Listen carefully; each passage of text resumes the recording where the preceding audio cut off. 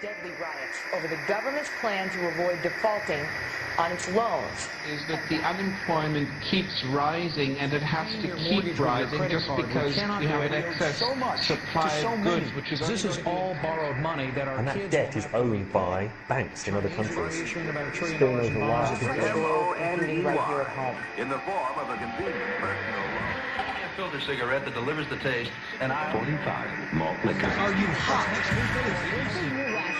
Quite some time ago, by a psychologist, America is sponsoring I first learned it from my grandmother. Now, my grandmother was a wonderful person. She taught me how to play the game Monopoly. She understood that the name of the game is to acquire. She would accumulate everything she could, and eventually she became the master of the board. And then she would always say the same thing to me. She'd look at me and she'd say, "One day, you'll learn to play the game."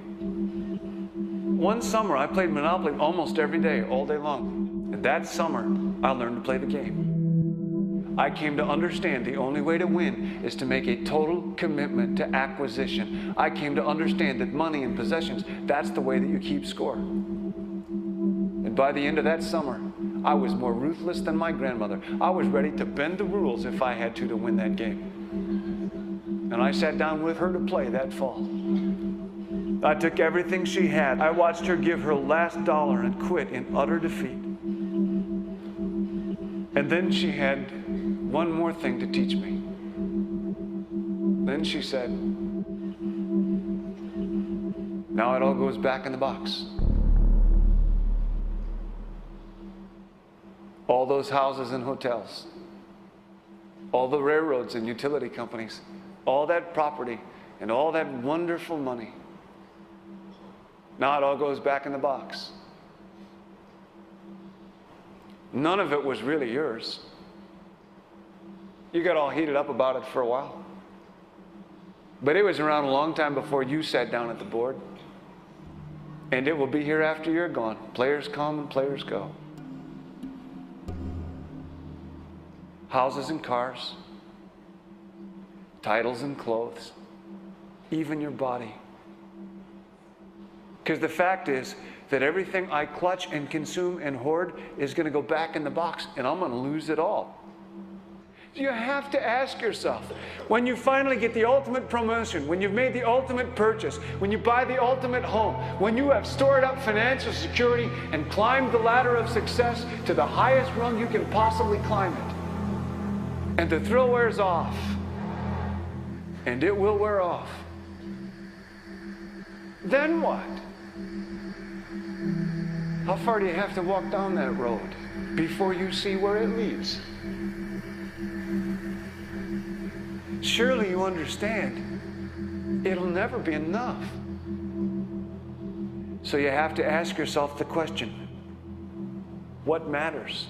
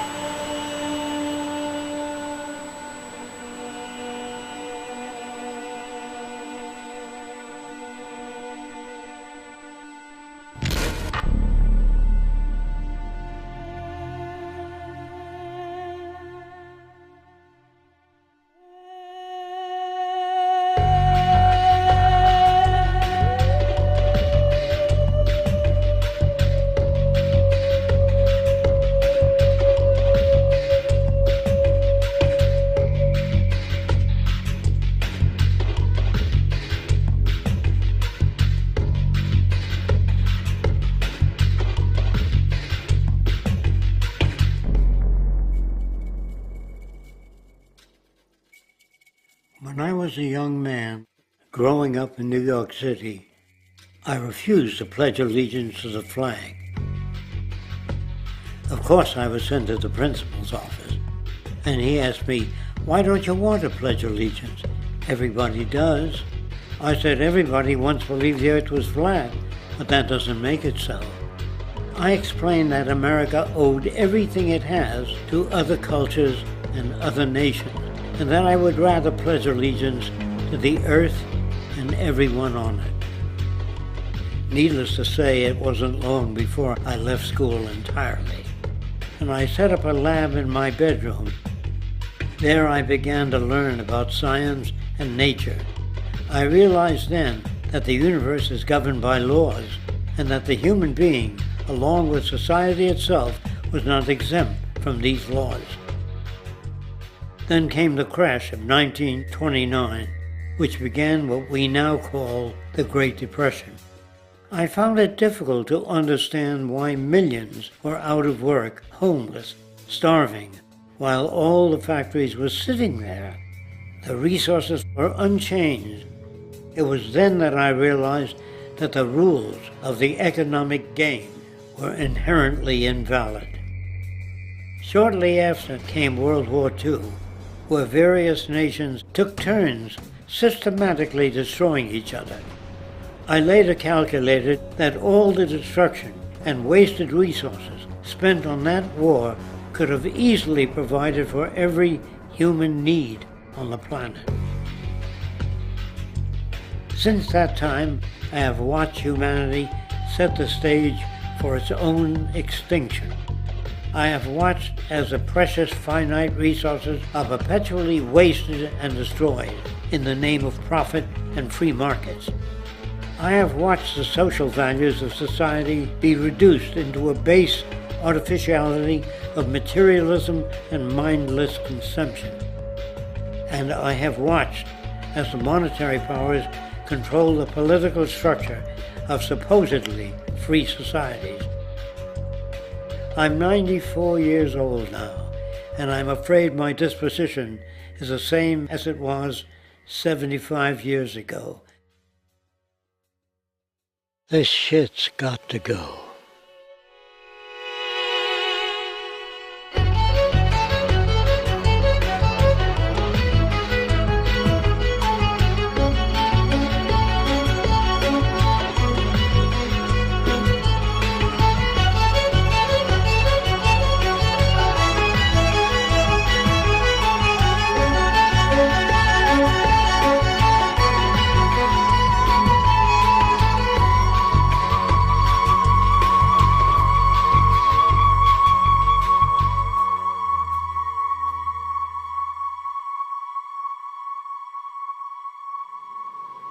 So you're a scientist, and somewhere along the way, hammered into your head is the inevitable nature versus nurture, and that's at least up there with Coke versus Pepsi or Greeks versus Trojans.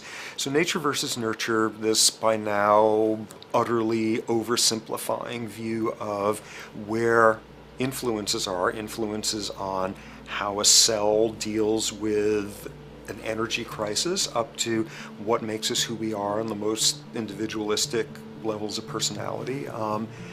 And what you've got is this complete false dichotomy built around nature as deterministic. At the very bottom of all the causality of life is DNA and the code of codes and the Holy Grail, and everything is driven by it. And at the other end, a much more social science perspective, which is we are social organisms, and biology is for slime molds. Humans are free of biology, and obviously both views are nonsense.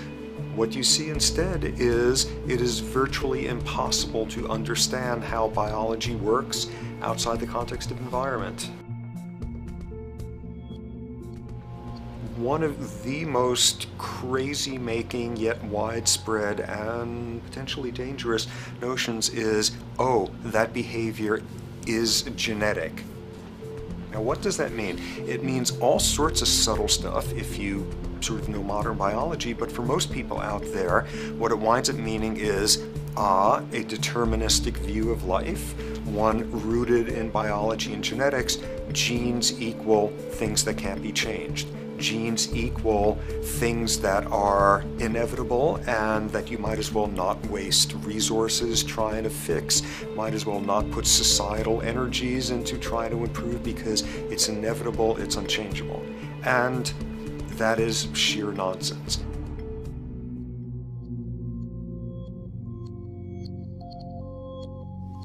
It is widely thought that conditions like ADHD are genetically programmed, conditions like schizophrenia are genetically programmed. The truth is the opposite. Nothing is genetically programmed. They're very rare diseases. I mean, a small handful, extremely sparsely represented in the population, that are truly genetically determined. Most complex conditions might have a predisposition that has a genetic component, but a predisposition is not the same as a predetermination. The whole search for the source of diseases in the genome was doomed to failure before anybody even thought of it, because most diseases are not genetically predetermined. Heart disease, cancer, strokes, rheumatoid conditions, autoimmune conditions in general, mental health conditions, addictions, these are none of them genetically determined. Breast cancer, for example, out of 100 women with breast cancer, only 7 will carry the breast cancer genes. 93 do not. And out of 100 women who do have the genes, not all of them will get cancer.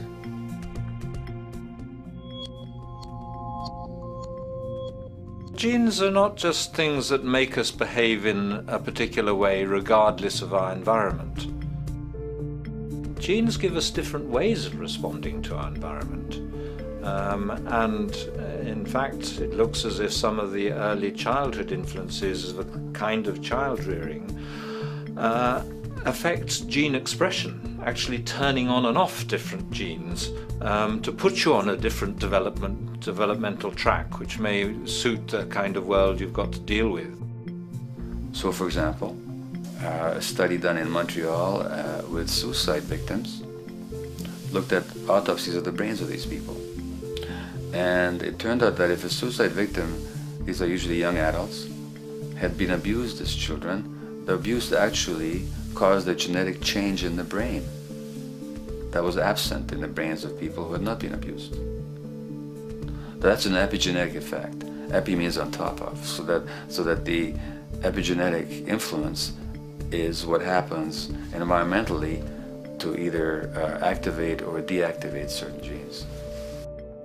In New Zealand, there's a study that was done in a town called Dunedin, in which a few thousand individuals were studied from birth up to into their 20s. What they found was that they could identify a genetic mutation, an abnormal gene, which did have some relation to the predisposition to commit violence, but only if the individual had also been subjected to severe child abuse. In other words, a child with this abnormal gene would be no more likely to be violent than anybody else, and in fact they actually had a lower rate of violence than people with normal genes, as long as they weren't abused as children. Great additional example of the ways in which genes are not be-all, end-all. Fancy technique where you can take a specific gene out of a mouse, that mouse and its descendants will not have that gene, you have knocked out that gene. So there's this one gene that codes for a protein that has something to do with learning and memory, and this fabulous demonstration, knock out that gene and you have a mouse that doesn't learn as well. Ooh, a genetic basis for intelligence.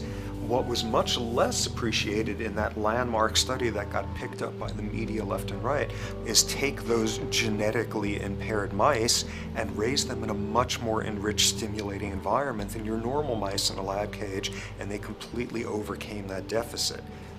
So when one says in a contemporary sense that, oh, this behavior is genetic, to the extent that that's even a valid sort of phrase to use, what you're saying is there is a genetic contribution to how this organism responds to environment. Genes may influence the readiness with which an organism will deal with a certain environmental challenge. That's not the version most people have in their minds. And not to be too soapboxing, but run with the old sort of version of it's genetic, and it's not that far from a history of eugenics and things of that sort. It's a widespread misconception, and it's a potentially fairly dangerous one. One reason that the sort of biological explanation for violence, one reason that hypothesis is potentially dangerous, it's not just misleading, it can really do harm, is because if you believe that, you could very easily say, well, there's nothing we can do to change the predisposition people have to becoming violent. All we can do if somebody becomes violent is punish them, lock them up or execute them. But we don't need to worry about changing the social environment or the social preconditions that may lead people to become violent, because that's irrelevant. The genetic argument allows us the luxury of ignoring past and present historical and social factors. And in the words of Louis Menand, he wrote in the New Yorker, very astutely, he said, "It's all in the genes, an explanation for the way things are that does not threaten the way things are. Why should someone feel unhappy or engage in antisocial behavior when that person is living in the freest and most prosperous nation on earth? It can't be the system. There must be a flaw in the wiring somewhere," which is a good way of putting it. So the genetic argument is simply a cop-out, which allows us to ignore the social and economic and political factors that in fact underlie many troublesome behaviors.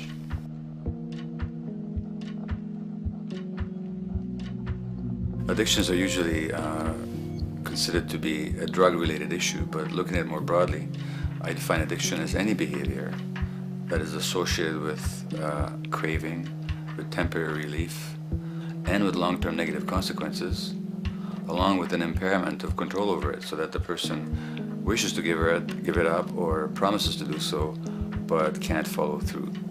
And when you understand that, then you can see that there are many more addictions than simply those related to drugs. So there's workaholism, there's addiction to shopping, to the internet, to video games. There's the addiction to power. People have power, but they want more and more and more. Nothing is ever enough for them. Acquisition, corporations that must own more and more. The addiction to oil, or at least to the wealth and to the products made accessible to us by oil. Look at the negative consequences on the environment. We're destroying the very earth that we inhabit for the sake of that addiction. Now, these addictions are far more devastating in their social consequences than the cocaine or heroin habits of my downtown East Side patients. Yet they're rewarded and considered to be respectable. The tobacco company executive that shows a higher profit will get a much bigger reward. He doesn't face any negative consequences legally or otherwise. In fact, he's a respected member of the board of several other corporations.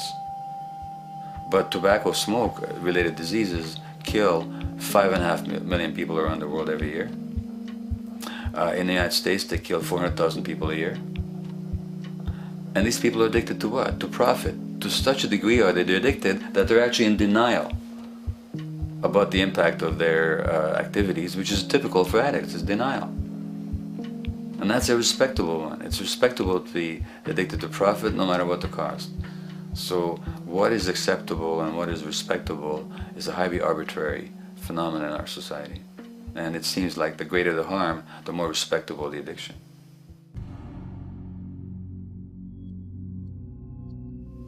There's a general myth that drugs in themselves are addictive. In fact, the war on drugs is predicated on the idea that if you interdict the sources of drugs, you can deal with addiction that way. Now, if we understand addiction in a broader sense, we see that nothing in itself is addictive. No substance, no drug is by itself addictive, and no behavior is by itself addictive. Many people can go shopping without becoming shopaholics. Not everybody becomes a food addict. Not everyone who drinks a glass of wine becomes an alcoholic. So the real issue is what makes people susceptible, because it's the combination of a susceptible individual and the the potentially addictive substance or behavior that actually then makes for full flowering of addiction. In short, it's not the drug that's addictive, it's the question of the susceptibility of the individual to being addicted to a particular substance or behavior. If we wish to understand what then makes some people susceptible, we actually have to look at their life experience. The old idea, although it's old, but it's still broadly held, that addictions are due to some genetic cause is simply scientifically untenable. What the case is actually is that certain life experiences make people susceptible. Life experiences that not only shape the person's personality and psychological needs, but also their very brains in certain ways. And that process begins in utero.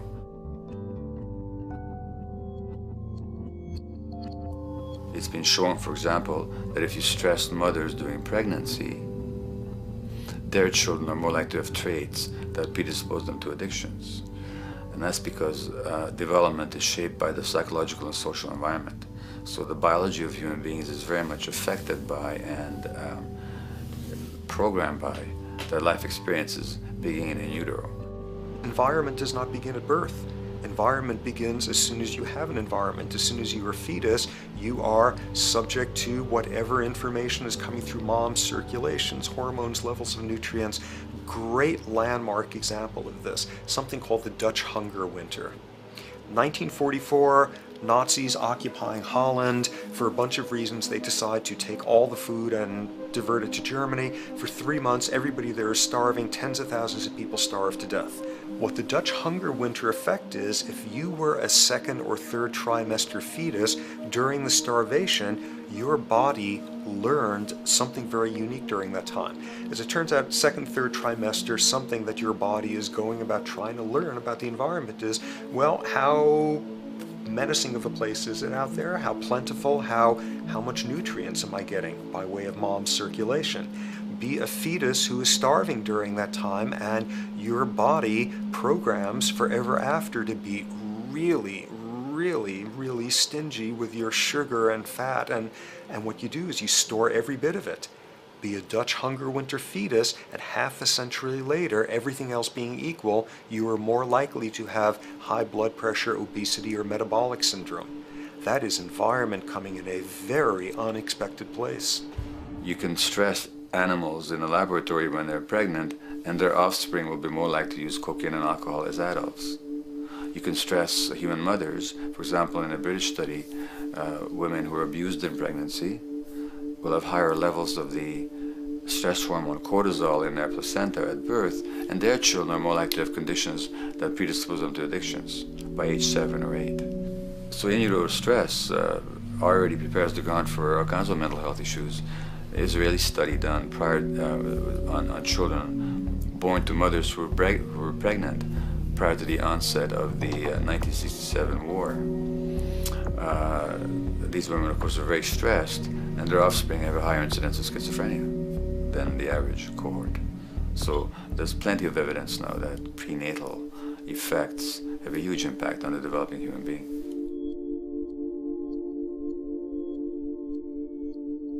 The point about human development, and specifically human brain development, is that it occurs mostly under the impact of the environment and mostly after birth.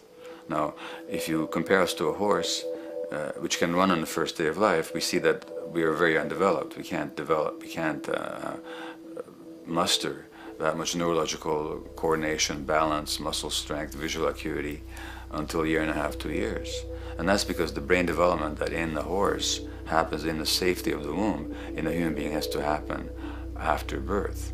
And that has to do with simple evolutionary logic. As the head gets larger, which is what makes us into human beings, the burgeoning of the forebrain is what creates the human species, actually. At the same time, we walk on 2 legs, so our pelvis narrows to accommodate that. So now we have a narrower pelvis, a larger head. Bingo, we have to be born prematurely.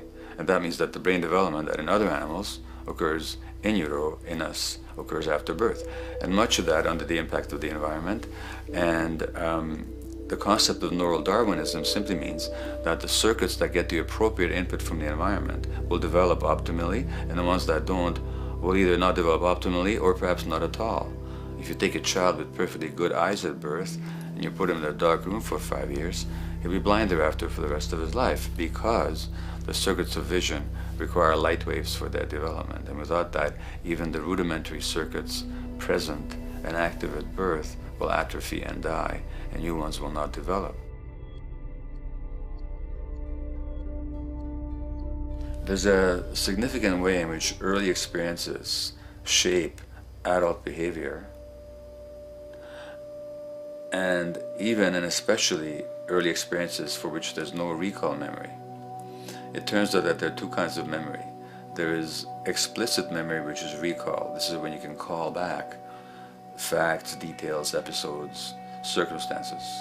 But the structure in the brain, which is called the hippocampus, which encodes recall memory, it doesn't even begin to develop fully until 1.5 years, and it's not fully developed till much later, which is why hardly anybody has any recall memory prior to 18 months.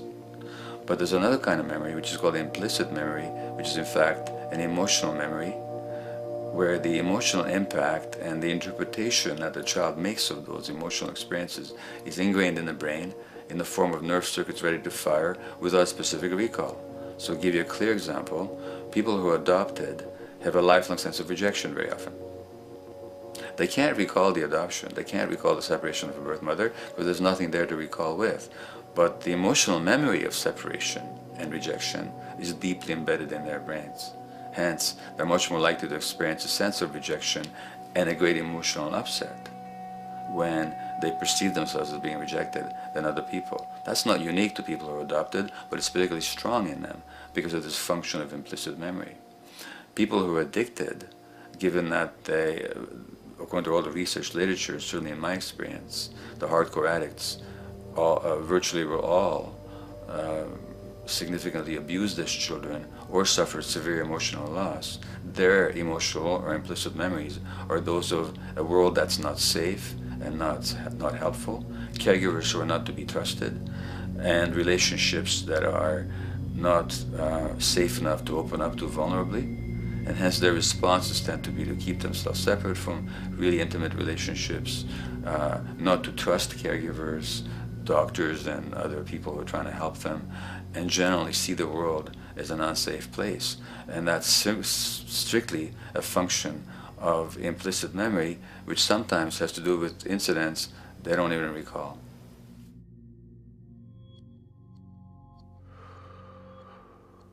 Infants who are born premature are often in incubators and various types of gadgetry and machinery for weeks and perhaps months. It's now known that if these children are touched and stroked on the back for just 10 minutes a day, that promotes their brain development.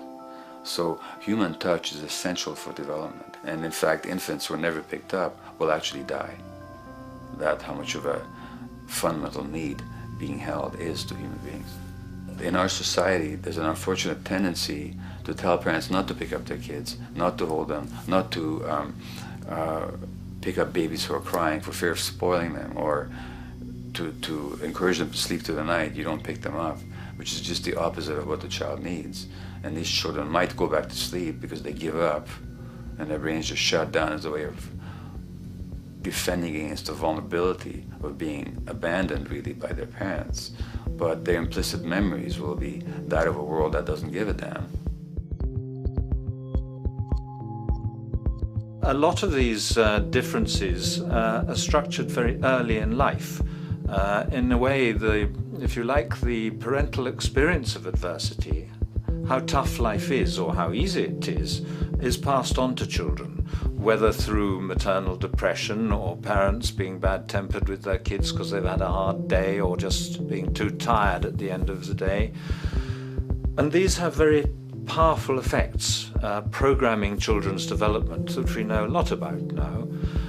But that early sensitivity isn't just an evolutionary mistake.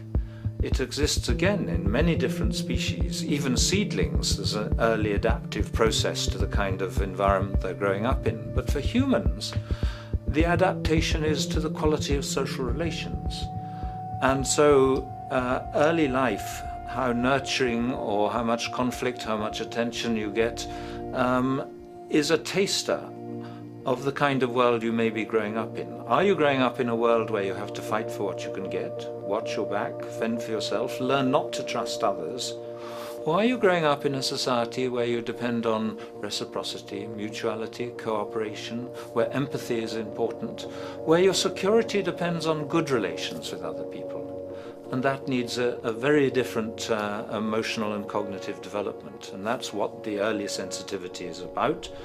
And parenting is almost, quite unconsciously, a system for passing on that experience to children of the kind of world they're in. The great British child psychiatrist D.W. Winnicott said that fundamentally two things can go wrong in childhood. One is when things happen that shouldn't happen, and then things that should happen but don't. And the first category is the traumatic and abusive and abandonment experiences of my downtown East Side patients and of many addicts. That's what shouldn't happen but did.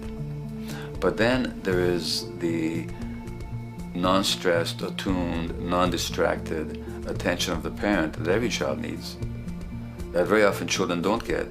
They're not abused, they're not neglected, and they're not traumatized. But what should happen, the presence of the emotionally available, nurturing parent, just is not available to them because of the stresses in our society and the parenting environment. And the psychologist Alan Shore calls that proximal abandonment, when the parent is physically present, but emotionally absent. I have spent, roughly the last 40 years of my life working with the most violent people our society produces, murderers, rapists, and so on, in an attempt to understand what causes this violence. I discovered that the most violent of the criminals in our prisons had themselves been victims of a degree of child abuse that was beyond the scale of what I ever thought of applying the term child abuse to. I had no idea of the depth of the depravity with which children in our society are all too often treated. The most violent people I saw were themselves the survivors of their own attempted murder, often at the hands of their parents or other people in their social environment, or were the survivors of family members who'd been killed, their closest family members, by other people.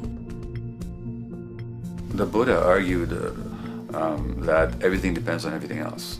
He says the one contains the many and the many contains the one. That you can't understand anything in isolation from its environment. The leaf contains the sun, the sky, and the earth, obviously. This has not been shown to be true, of course, all around, and specifically when it comes to human development.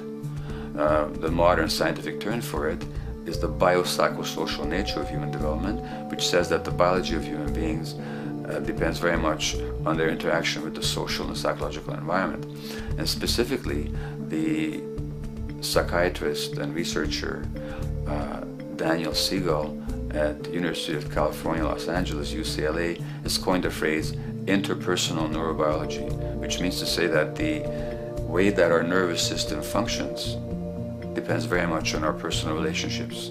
In the first place with the parenting caregivers, and in the second place with other important attachment figures in our lives, and in the third place with our entire culture.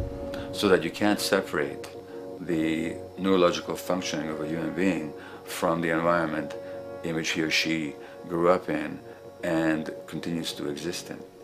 And this is true throughout the life cycle. It's particularly true when you're dependent and helpless and your brain is developing, but it's true even in adults and even at the end of life. Human beings have lived in almost every kind of society, from the most egalitarian, hunting and gathering societies seem to have been very egalitarian, for instance based on food sharing, gift exchange. Small bands of people living predominantly off of foraging, but a little bit of hunting. Predominantly among people you have at the least known your entire life, if not surrounded by third cousins or closer, in a world in which there is a great deal of fluidity between different groups, in a world in which there is not a whole lot in terms of material culture. This is how humans have spent most of their hominid history. And no surprise, that makes for a very different world. One of the things you get as a result of that is far less violence. Organized group violence is not something that occurred at that time of human history, and that seems quite clear. So where did we go wrong? Violence is not universal. It's not symmetrically distributed throughout the human race. There is a huge variation in the amount of violence in different societies. There are some societies that have virtually no violence. There are others that destroy themselves. Some of the Anabaptist religious groups that are complete strict pacifists, like the Amish, the Mennonites, the Hutterites. Among some of these groups, the Hutterites, there are no recorded cases of homicide. During our major wars, like World War II, where people were being drafted, they would refuse to serve in the military. They would go to prison rather than serve in the military. In the kibbutzim in Israel, the level of violence is so low that the criminal courts there will often send violent offenders, people who've committed crimes, to live on the kibbutzim in order to learn how to live a nonviolent life, because that's the way people live there. So we are amply shaped by society. Our societies in the broader sense, including our theological, our metaphysical, our linguistic influences, etc., our societies help shape us as to whether or not we think life is basically about sin or about beauty, whether the afterlife will carry a price for how we live our lives or if it's irrelevant. In a broad sort of way, different large societies could be termed as individualistic or collectivist, and you get very different people and different mindsets, and I suspect different brains coming along with that. We in America are in one of the most individualistic of societies, and capitalism being a system that allows you to go higher and higher up a potential pyramid, and the deal is it comes with fewer and fewer safety nets. By definition, the more stratified a society is, the fewer people you have as peers, the fewer people with whom you have symmetrical, reciprocal relationships, and instead all you have are differing spots and endless hierarchies. And a world in which you have few reciprocal partners is a world with a lot less altruism.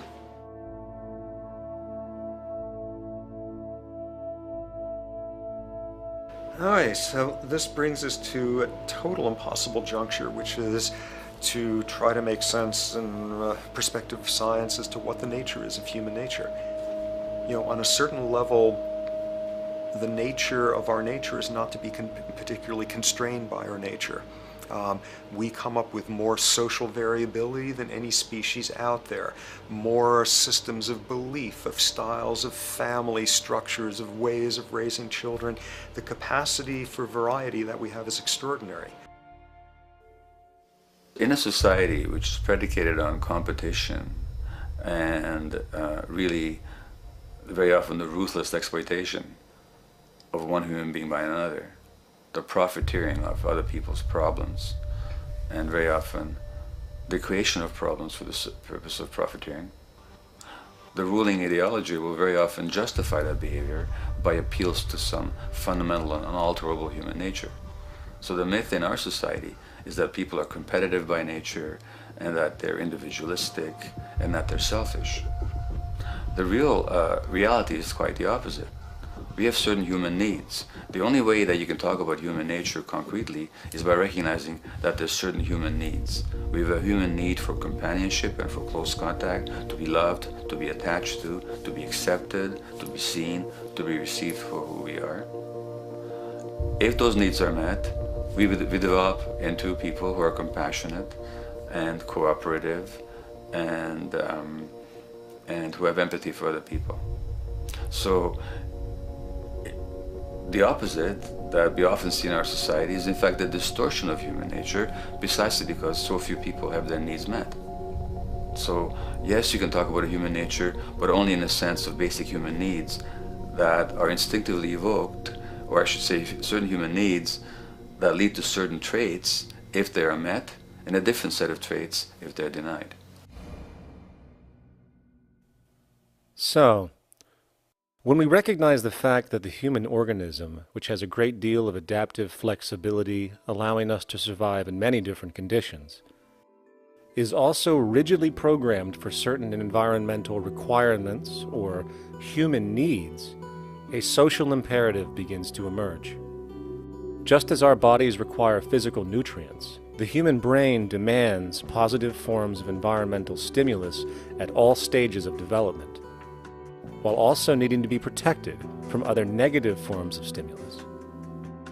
And if things that should happen do not, or if things that shouldn't happen do, it is now apparent that the door can be opened for not only a cascade of mental and physical diseases, but many detrimental human behaviors as well. So as we turn our perspective now outward and take account for the state of affairs today, we must ask the question, is the condition we have created in the modern world actually supporting our health? Is the bedrock of our socioeconomic system acting as a positive force for human and social development and progress? Or is the foundational gravitation of our society actually going against the core evolutionary requirements needed to create and maintain our personal and social well-being?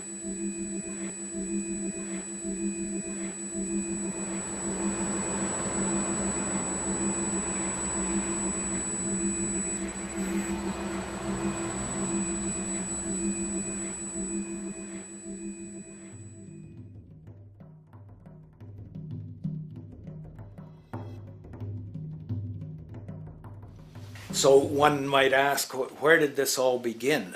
What we have today, really a world in a state of cumulative collapse. You get it started with John Locke. And John Locke introduces property, and he has three provisos for just private right and property. And the three provisos are that there must be enough left over for others, and that you must not let it spoil, and that you, most of all, must mix your labor with it. It seems justified. You mix your labor with the world, then you're entitled to the product, and as long as there's enough left over for others, and as long as it doesn't spoil, you don't allow anything to go to waste, that's okay. Well, he spends a long time of his famous treatise of government, and it's since been the canonical text for economic and political and legal understanding. Is still the classic text that's studied. Well, what he did is, after he gives the provisos, and you're almost thinking at the time whether you're for private property or not, he's given a very good and plausible and powerful defense of private property here. Well, he drops them. He drops them like that, right in one sentence. He says, well, once the introduction of money came in by men's tacit consent, then it became, and he doesn't say all the provisos are canceled, erased, but that's what happens. So now we have not product and your property earned by your own labor. Oh no, money buys labor now. There's no longer a consideration of whether there's enough left over for others. There's no longer a consideration of whether it spoils, because he says, well, money's like silver and gold can't spoil, therefore monies can't be responsible for waste, which is ridiculous. We're not talking about money and silver, we're talking about what its effects are. It's one non sequitur after another. Just the most startling logical legerdemain that he gets away with here. But it fits the interests of capital owners. Then Adam Smith comes along, and what he adds is the religion to this. Locke started with God made it all this way. This is God's right. And now we get also with Smith coming along and says it's not only God's, I mean, he's not saying this, but this is what's happening philosophically, in principle. He's saying it's not only a question of private property, that's all now presupposed, is given. And that there's money investors that buy labor, given. That there's no limit to how much they can buy of other men's labor, how much they can accumulate, how much inequality, that's all given now. And so he comes along, and what his big idea is, and again, it's just introduced in parentheses, en passant. You know, when people put out the goods for sale and others, you know, the supply, and other people buy them with the demand and so forth, how do we have supply equaling demand or demand equaling supply? How can they come into equilibrium? And that is one of the central notions of economics, is how do they come into equilibrium? And he says it's the invisible hand of the market. that brings them into equilibrium. So now we have God is actually immanent. He just didn't give the rights to property and how, you know, all its wherewithal and its natural rights of doing all that Locke said. Now we have the system itself as God. In fact, Smith says, when he talks, and you'll never find this quote again, I have to read the whole of the Inquiry into the Wealth of Nations. He says, the scantiness of subsistence sets limits to the reproduction of the poor, and that nature can deal with this in no other way than elimination of their children. So he anticipated evolutionary theory in the worst sense. This is well before Darwin. And so he called them the race of laborers. So you can see there was inherent racism built in here. There was an inherent acceptance, life blindness to kill innumerable children. And he thought, well, that's the invisible hand making supply meet demand and demand meet supply. So see how wise God is. So you can see a lot of the really virulent, life-destructive, eco-genocidal things that are going on now have, in a way, a thought gene back in Smith too. When we reflect on the original concept of the so-called free market capitalist system, as initiated by early economic philosophers such as Adam Smith, we see that the original intent of a market was based around real, tangible, life-supporting goods for trade. Adam Smith never fathomed that the most profitable economic sector on the planet would eventually be in the arena of financial trading or so-called investment, where money itself is simply gained by the movement of other money in an arbitrary game which holds zero productive merit to society. Yet, regardless of Smith's intent, the door for such seemingly anomalous advents was left wide open by one fundamental tenet of this theory. Money is treated as a commodity in and of itself. Today, in every economy of the world, regardless of the social system they claim, money is pursued for the sake of money and nothing else. The underlying idea, which was mysteriously qualified by Adam Smith with his religious declaration of the invisible hand, is that the narrow, self-interested pursuit of this fictional commodity will somehow magically manifest human and social well-being and progress. The reality is that the monetary incentive interest, or what some have termed the money sequence of value, has now completely decoupled from the foundational life interest, which could be termed the life sequence of value. What has happened is that there's a complete confusion in economic doctrine between those two sequences. They think that the money sequence of value delivers the life sequence of value, and that's why they say if more goods are sold, if GDPs rise and so forth, therefore there'll be more well-being, enhanced well-being. We take the GDP to be basically our indicator of social health. Well, there you see the confusion. It's talking about money sequences of value, that is all the receipts, all the revenues that are derived from selling goods. And they're confusing that with life reproduction, so that you have built right into this thing from the beginning is a complete conflation of the money and life sequences of value. So we're dealing with a kind of structured delusion that becomes more and more deadly as the money sequence decouples from producing anything at all. So it's a system disorder, and the system disorder seems to be fatal.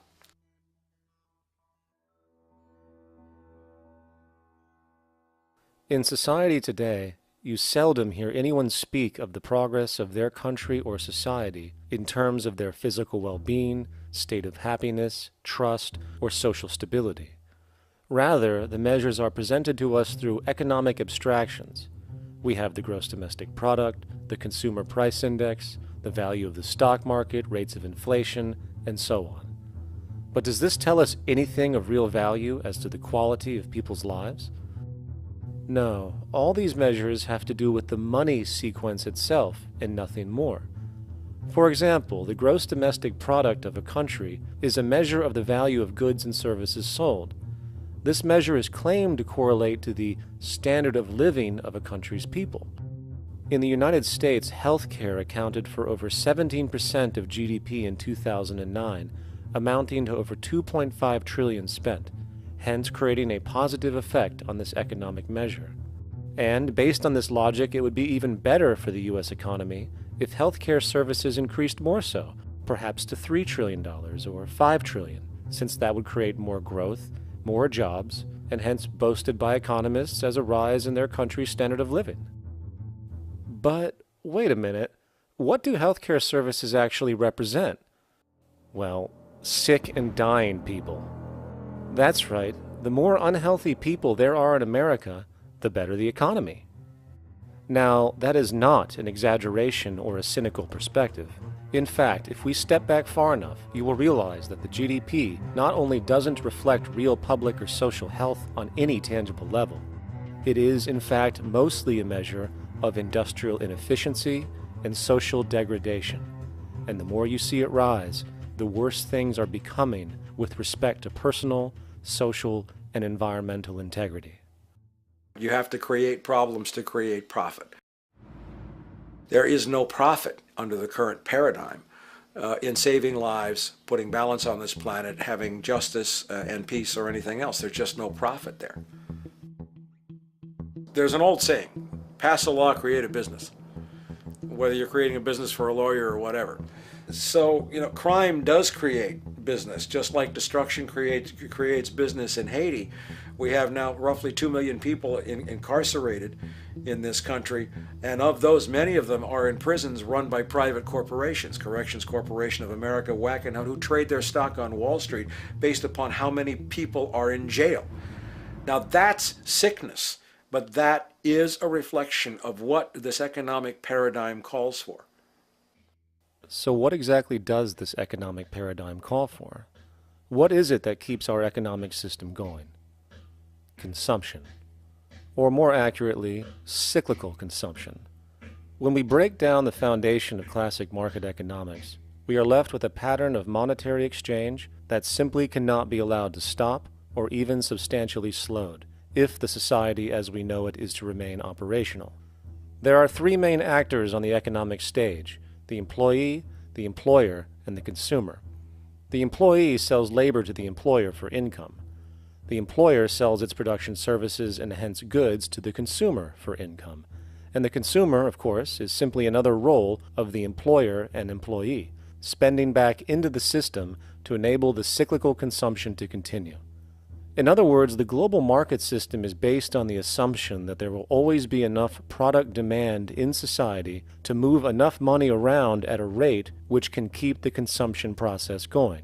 And the faster the rate of consumption, the more so-called economic growth is assumed, and so the machine goes.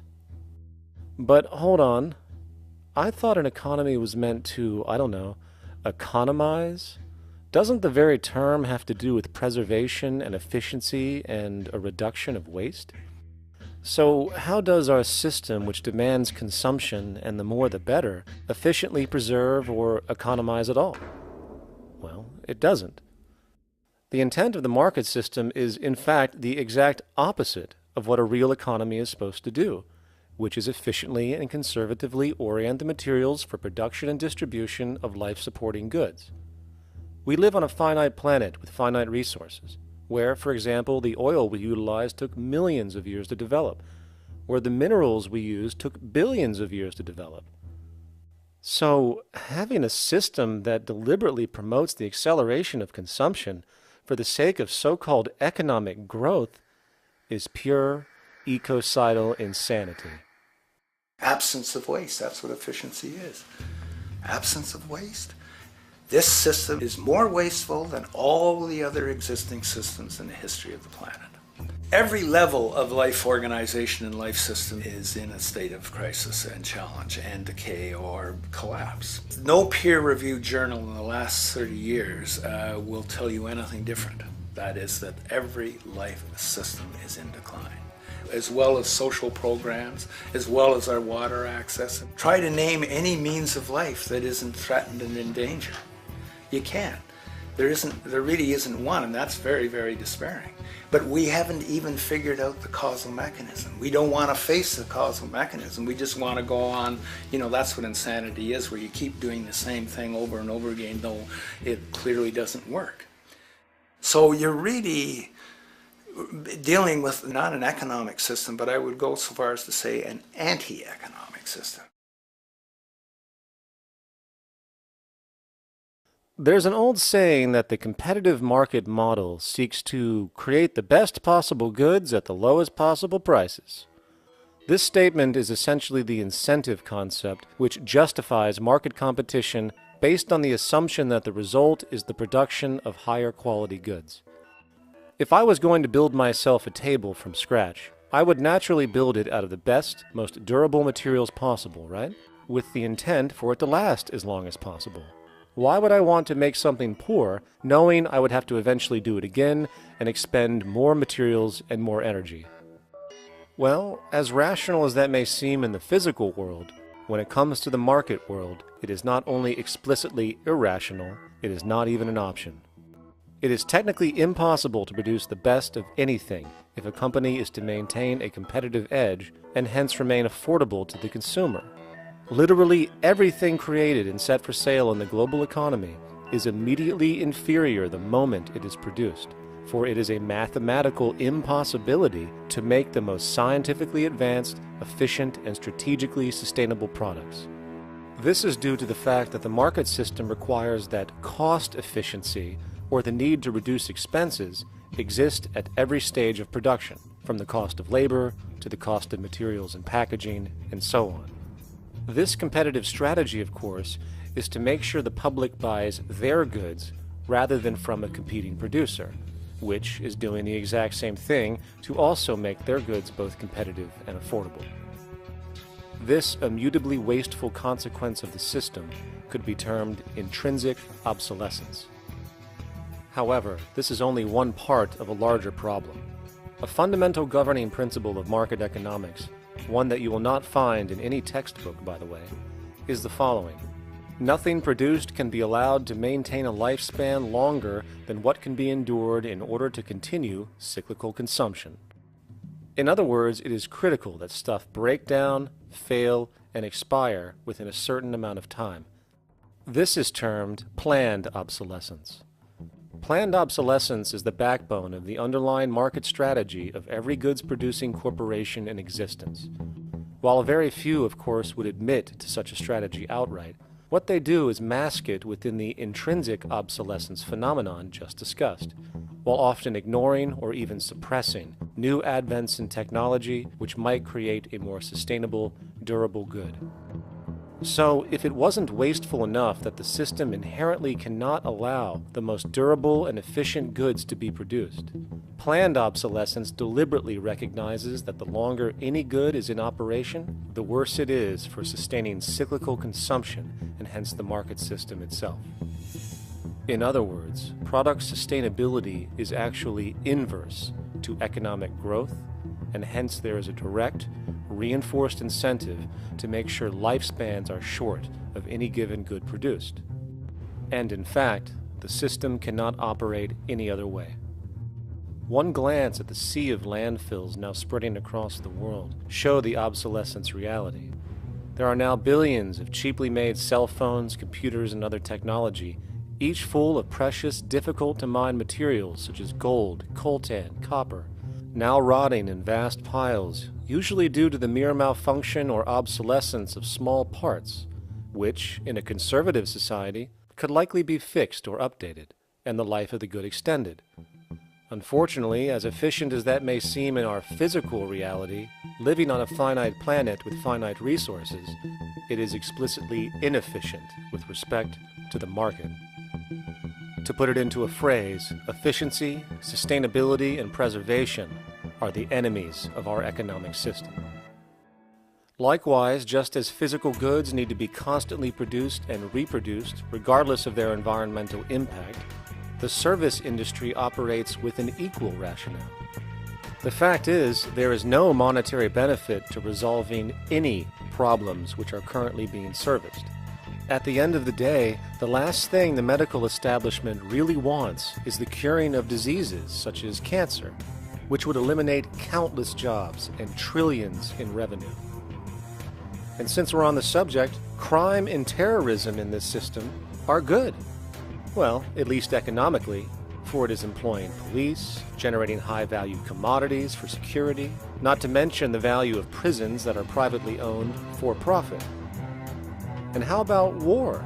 The war industry in America is a huge driver of GDP, one of the most profitable industries, producing weapons of death and destruction.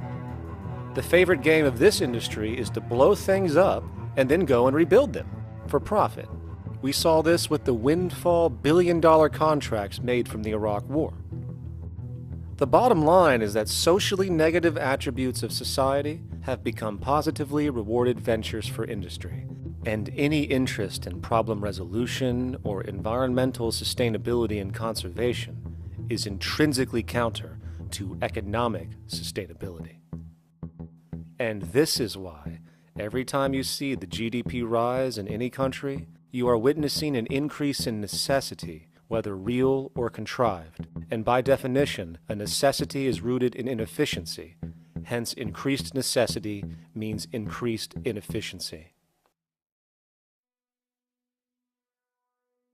The American dream is based on rampant consumerism. It is based upon the fact that mainstream media, and especially commercial advertising, all corporations who need this infinite growth have convinced us or brainwashed most people in America, and hence the world, that we have to have X number of material possessions and the possibility of gaining infinitely more material possessions in order to be happy. That's just not true. So why do people continue to buy in this way, which is ultimately eco-genocidal in its systemic effects cumulatively? And it just is classical operant conditioning. You simply put inputs of conditioning into the organism, and you have outputs of desired behaviors or goals or objectives. And it has all the resources of technology. And they boast about how they get into the minds of infants. What they hear is already making them conditioned to the brand. Then you see, well, that's how people have been such fools. In a way, they've been taught to be fools. It's a value system disorder. You know, if there is any testament to the plasticity of the human mind, if there is any proof to how malleable human thought is and how easily conditioned and guided people can become based on the nature of their environmental stimulus and what it reinforces, the world of commercial advertising is the proof. You have to stand in awe at the level of brainwashing where these programmed robots known as consumers wander the landscape only to walk into a store and spend, say, $4,000 on a handbag that likely costs $10 to make in a sweatshop overseas, only for the brand status it supposedly represents in the culture. Or perhaps the ancient communal traditions which increase trust and cohesiveness in society, which have now been hijacked by acquisitive, materialistic values, where now annually we exchange useless crap a few times a year. And we might wonder why so many today have a compulsion to shopping and acquisition, when it is clear that they have been conditioned from childhood to expect material goods as a sign of their status with friends and family. The fact is, the foundation of any society are the values that support its operation, and our society, as it exists, can only operate if our values support the conspicuous consumption it requires to continue the market system. 75 years ago, consumption in America and much of the First World was half of what we see today per person. Today's new consumer culture has been manufactured and imposed due to the very real need for higher and higher levels of consumption. And this is why most corporations now spend more money on advertising than the actual process of product creation itself. They work diligently to create a false need for you to fill, and it happens to work. You know, economists are in fact not economists at all. They're propagandists of money value, and you'll find that all their models basically get down to token exchanges that are to the profit of one side or both sides or whatever, but they're completely disconnected from the actually existing world of reproduction. In Ohio, an old man failed to pay his electric bill. You may be familiar with the case. And the electric company turned off the electricity and he died.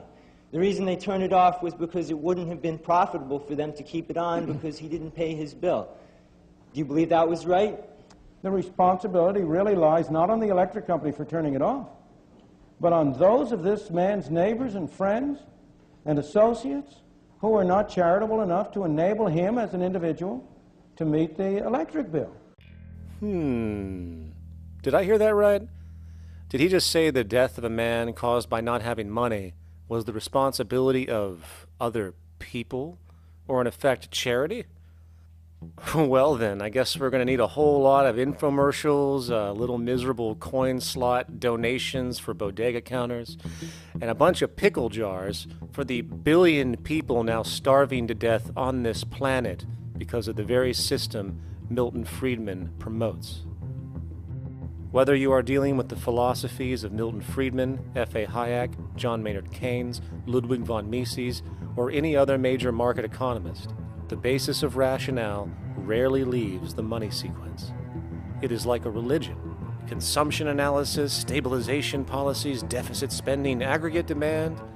It exists as a never-ending, self-referring, self-rationalizing circle of discourse where universal human need, natural resources, or any form of physical life-supporting efficiency is ruled out by default and replaced by the singular notion that humans seeking advantage over each other for money alone, motivated by their own narrow self-interest, will magically create a sustainable, healthy, balanced society. There is no life coordinate in this whole theory, this whole doctrine. What are they doing? What are they doing? What they're doing is tracking money sequences. That's all it is tracking money sequences, presupposing everything that matters. One, that there's no life coordinates. Wow, no life coordinates. Two, that all the agents are self-maximizing preference seekers. That is, they think of nothing other than themselves and what they can get most for themselves. That's the notion, that's the ruling notion of rationality. Self-maximizing choice. And the only thing that they're interested in self-maximizing is money or commodities. Well, where does social relations come in? It doesn't, except in the exchange to self-maximize. Where do our natural resources come in? They don't, except to exploit. Where does the family come in as being able to survive? It doesn't. They have to have money in order to purchase any good. Well, shouldn't an economy deal somewhere with human need? Isn't that what the fundamental issue is, to satisfy human needs? Oh, need isn't even in your lexicon. You dissolve it into wants. And what is a want? That means money demand that wants to buy. Well, if it's money demand and wants to buy, it's got nothing to do with need, because it may be the person has no money demand and desperately needs, say, water supply. Or it may be money demand wants a gold toilet seat. Well, where does it all go? To the gold toilet seat. And you call this economics? Like, it's really, when one thinks of it, it's got to be the most bizarre delusion in the history of human thought. Now, so far we have focused on the market system, but this system is actually only one half of the global economic paradigm. The other half is the monetary system. While the market system deals with the interaction of people gaming for profit across the spectrum of labor, production, and distribution, the monetary system is an underlying set of policies set by financial institutions which create conditions for the market system, among other things. It includes terms we often hear, such as interest rates, loans, debt, the money supply, inflation, etc. And while you might want to pull your hair out listening to the gibberish coming from the monetary economists, modest preemptive actions can obviate the need of more drastic actions at a later date. The nature and effect of this system is actually quite simple. Our economy has, or the global economy, has three basic things that govern it. One is fractional reserve banking, banks printing money out of nothing. It's also based upon compound interest. When you borrow money, you have to pay back more than you borrowed, which means that you, in effect, create money out of thin air, again, which has to be serviced by creating still more money. We live in an infinite growth paradigm. The economic paradigm we live in now is a Ponzi scheme. Nothing grows forever. It's not possible. As a great psychologist James Hillman wrote, the only thing that grows in a human body after a certain age is cancer. It's not just the amount of money that has to keep growing, it's the amount of consumers. Consumers to borrow money at interest to generate more money, and obviously that's not possible on a finite planet. People are basically vehicles to just create money, which must create more money to keep the whole thing from falling apart, which is what's happening right now. There are really only two things anyone needs to know about the monetary system. 1. All money is created out of debt. Money is monetized debt, whether it materialized from treasury bonds, home loan contracts, or credit cards. In other words, if all outstanding debt was to be repaid right now, there would not be $1 in circulation. And 2, interest is charged on virtually all loans made, and the money needed to pay back this interest does not exist in the money supply outright. Only the principal is created by the loans, and the principal is the money supply. So, if all this debt was to be repaid right now, not only would there not be $1 left in circulation, there would also be a gigantic amount of money owed that is literally impossible to pay back, for it does not exist. The consequence of all of this is that two things are inevitable: inflation and bankruptcy. As far as inflation, this can be seen as an historical trend in virtually every country today, and easily tied to its cause, which is the perpetual increase of the money supply, which is required to cover the interest charges and keep the system going. As far as bankruptcy, it comes in the form of debt collapse. This collapse will inevitably occur with a person, a business, or a country, and typically happens when the interest payments are no longer possible to make.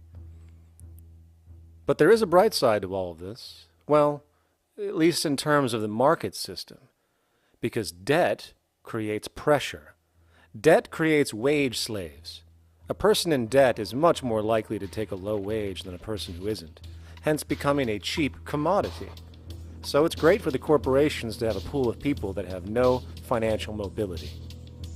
But hey, that same train of thought also goes for entire countries.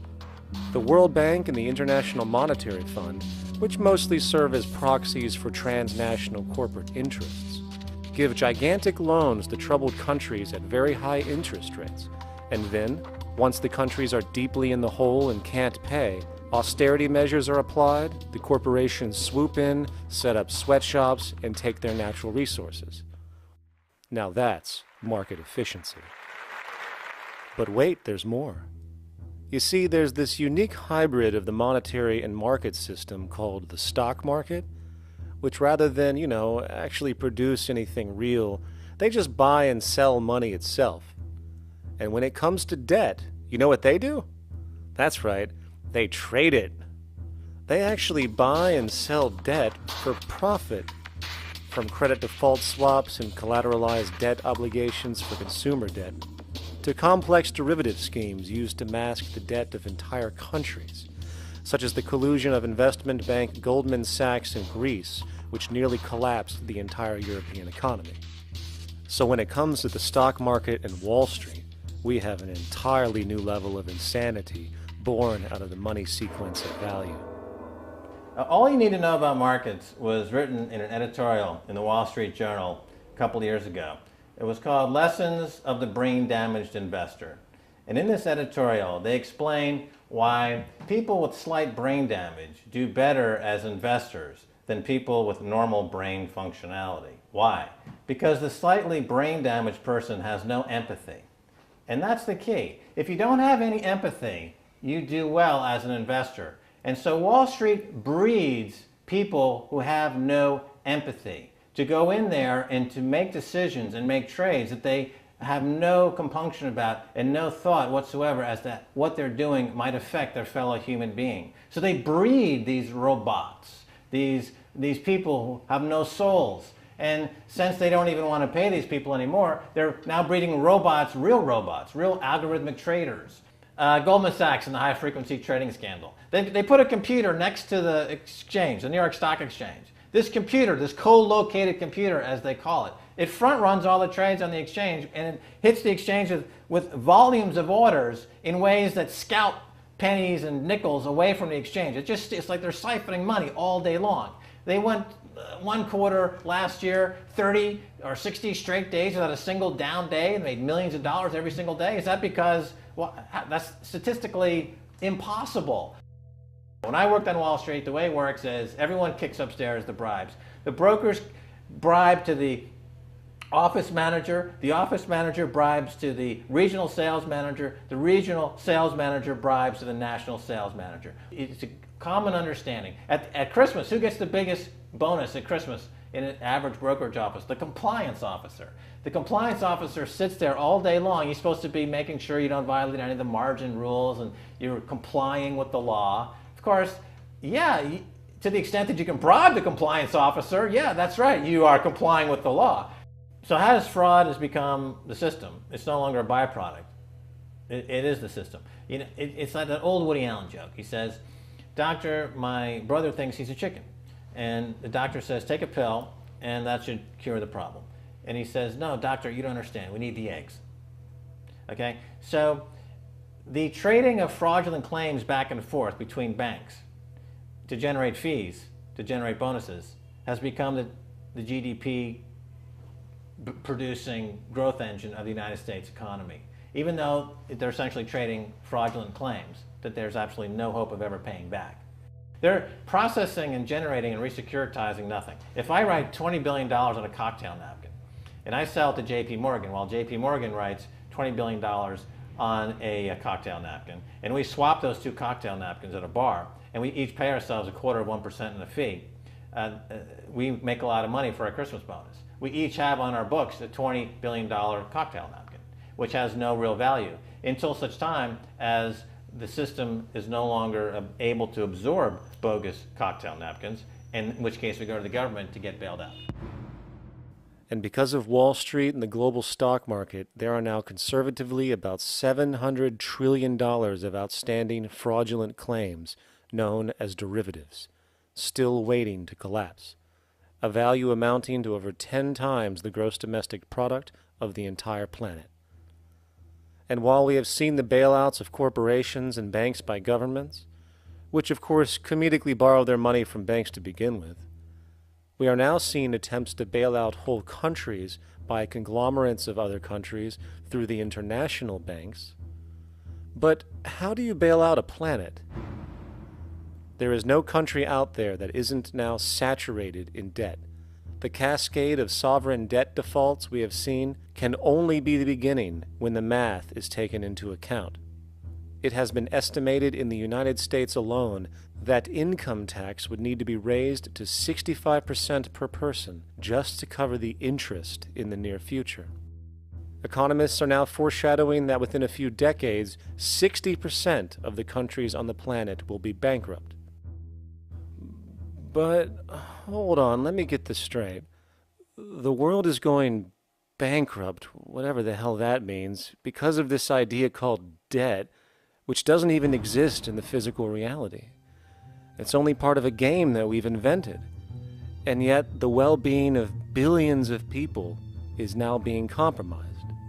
Extreme layoffs, tent cities, accelerating poverty, austerity measures imposed, schools shutting down, child hunger, and other levels of familial deprivation, all because of this elaborate fiction.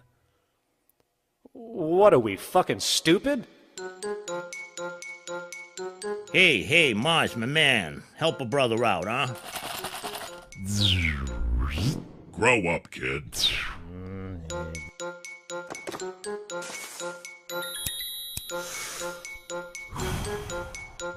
Saturn, what's up, man? You remember that smoking nebula I hooked you up with a while back? Listen, Earth, we're getting really tired of you.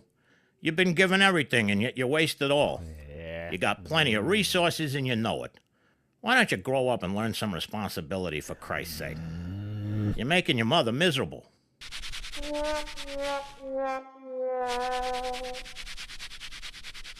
You're on your own, pal. Yeah, whatever.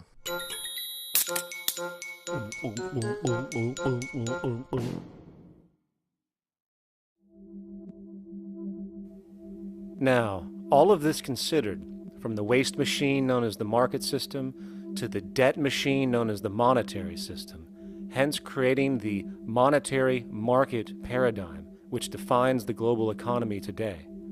There is one consequence that runs through the entire machine: inequality.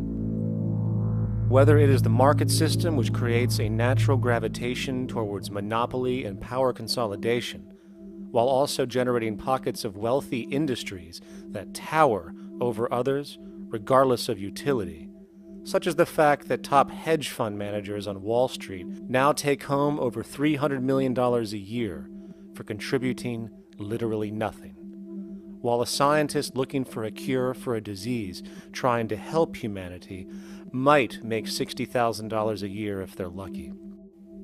Or whether it is the monetary system, which has class division built right into its structure. For example, if I have $1 million to spare and I put it into a CD at 4% interest, I will make $40,000 a year. No social contribution, no nothing. However, if I'm a lower class person and have to take loans to buy my car or home, I am paying in interest, which, in abstraction, is going to pay that millionaire with the 4% CD. This stealing from the poor to pay the rich is a foundational, built-in aspect of the monetary system, and it could be labeled structural classism.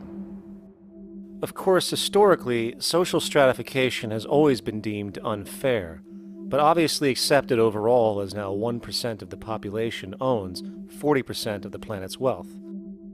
But, material fairness aside, there is something else going on underneath the surface of inequality, causing an incredible deterioration in public health as a whole. Well, I think people are often puzzled by the contrast between the material success of our societies, unprecedented levels of wealth, and the many social failings. I mean, you know, if you look at the rates of drug abuse or violence or self-harm amongst kids or mental illness, there's clearly something going deeply wrong with our societies. What the data that I've been describing does is simply shows that intuition that people have had for hundreds of years, that inequality is divisive and socially corrosive, that intuition is truer than I think we ever imagined.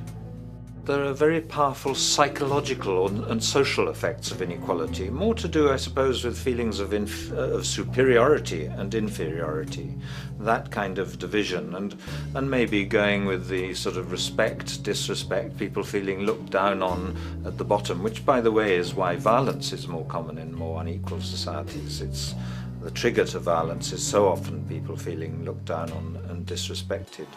If there is one principle I can emphasize that is the most important principle underlying the prevention of violence, it would be equality.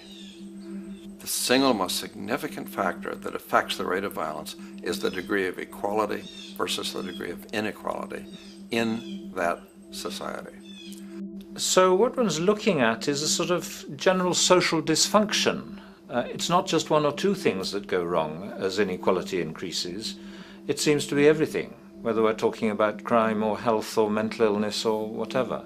One of the really disturbing findings out in public health there is never ever make the mistake of being poor or being born poor. Your health pays for it in endless sorts of ways, something known as the health socioeconomic gradient. As you move down from the highest strata in society in terms of socioeconomic status, every step down, health gets worse for umpteen different diseases. life expectancy gets worse, infant mortality rate, everything you could look at. So a huge issue has been, why is it that this gradient exists? Totally simple, obvious answer, which is if you are chronically sick, you're not going to be very productive, so health causes drive socioeconomic differences. Not that in the slightest. On the very simple level that you could look at socioeconomic status of a 10-year-old, and that's going to predict something about their health decades later. So that's the direction of causality. Next one, what's it about? Oh, it's perfectly obvious. Poor people can't afford to go to the doctor. It's healthcare access. It's got nothing to do with that, because you see these same gradients in countries with universal healthcare, socialized medicine.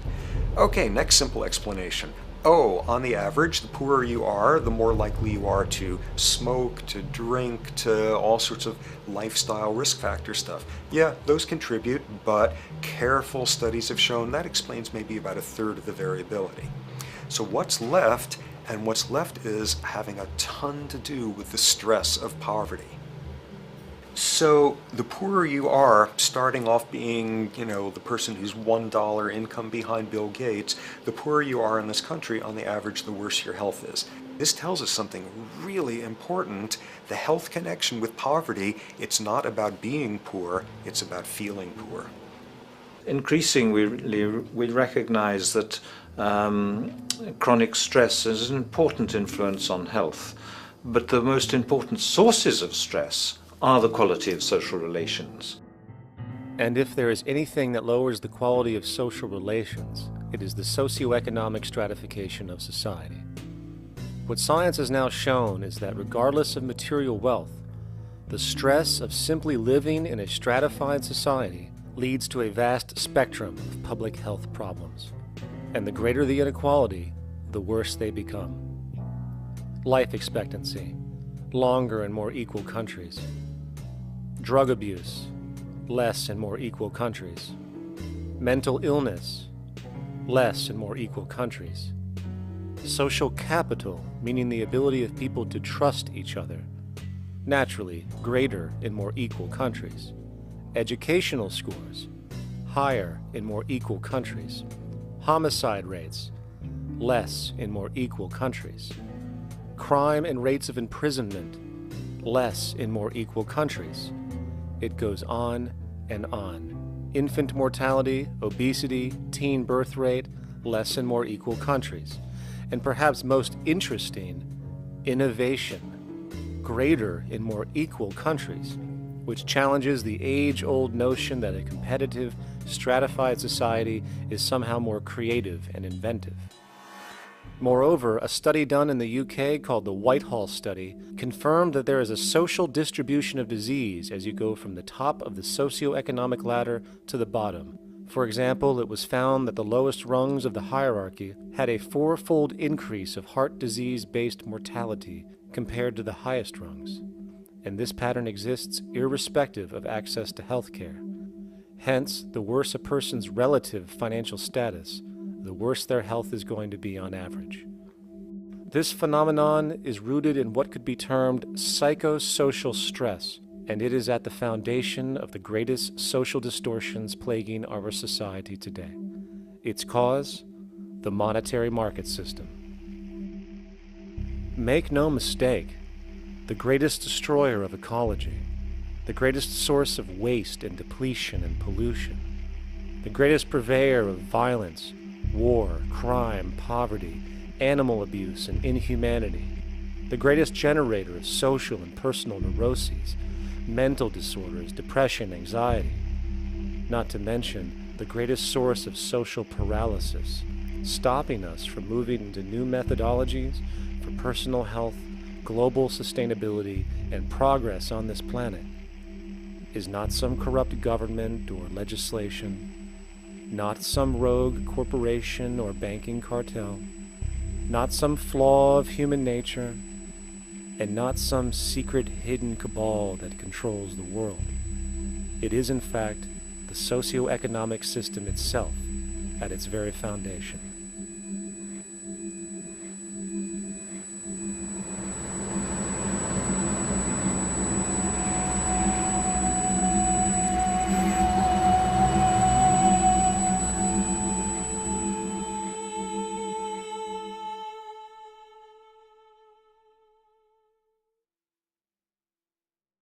Let's imagine for a moment we had the option to redesign human civilization from the ground up. What if, hypothetically speaking, we discovered an exact replica of the planet Earth, and the only difference between this new planet and our current one is that human evolution had not occurred. It was an open palette. No countries, no cities, no pollution, no Republicans, just a pristine, open environment. So, what would we do? Well, first we need a goal, right? And it's safe to say that goal would be to survive. And not to just survive, but to do so in an optimized, healthy, prosperous way. Most people indeed desire to live, and they would prefer to do so without suffering. Therefore, the basis of this civilization needs to be as supportive and hence sustainable for human life as possible, taking into account the material needs of all the world's people while trying to remove anything that could hurt us in the long run.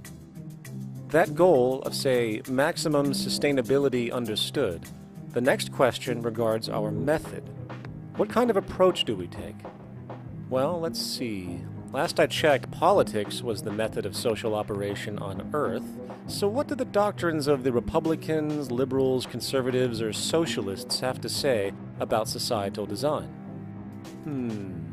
Not a damn thing. Okay, then what about religion? Surely the great creator had to have left some blueprint somewhere. No, nothing I can find. Okay then, so what's left? It appears something called science. Science is unique in that its methods demand not only that the ideas proposed be tested and replicated, but everything science comes up with is also inherently falsifiable. In other words, unlike religion and politics, science has no ego, and everything it suggests accepts the possibility of being proven wrong eventually. It holds on to nothing and evolves constantly. Well, that sounds natural enough to me. So then, based on the current state of scientific knowledge in the early 21st century, along with our goal of maximum sustainability for the human population, how do we begin the actual process of construction? Well, the first question to ask, what do we need to survive? The answer, of course, are planetary resources. Whether it is the water we drink, the energy we use, the raw materials we utilize to create tools and shelter, the planet hosts an inventory of resources, many of which are demanded for our survival. So, given that reality, it then becomes critical to figure out what we have and where it is. This means we need to conduct a survey.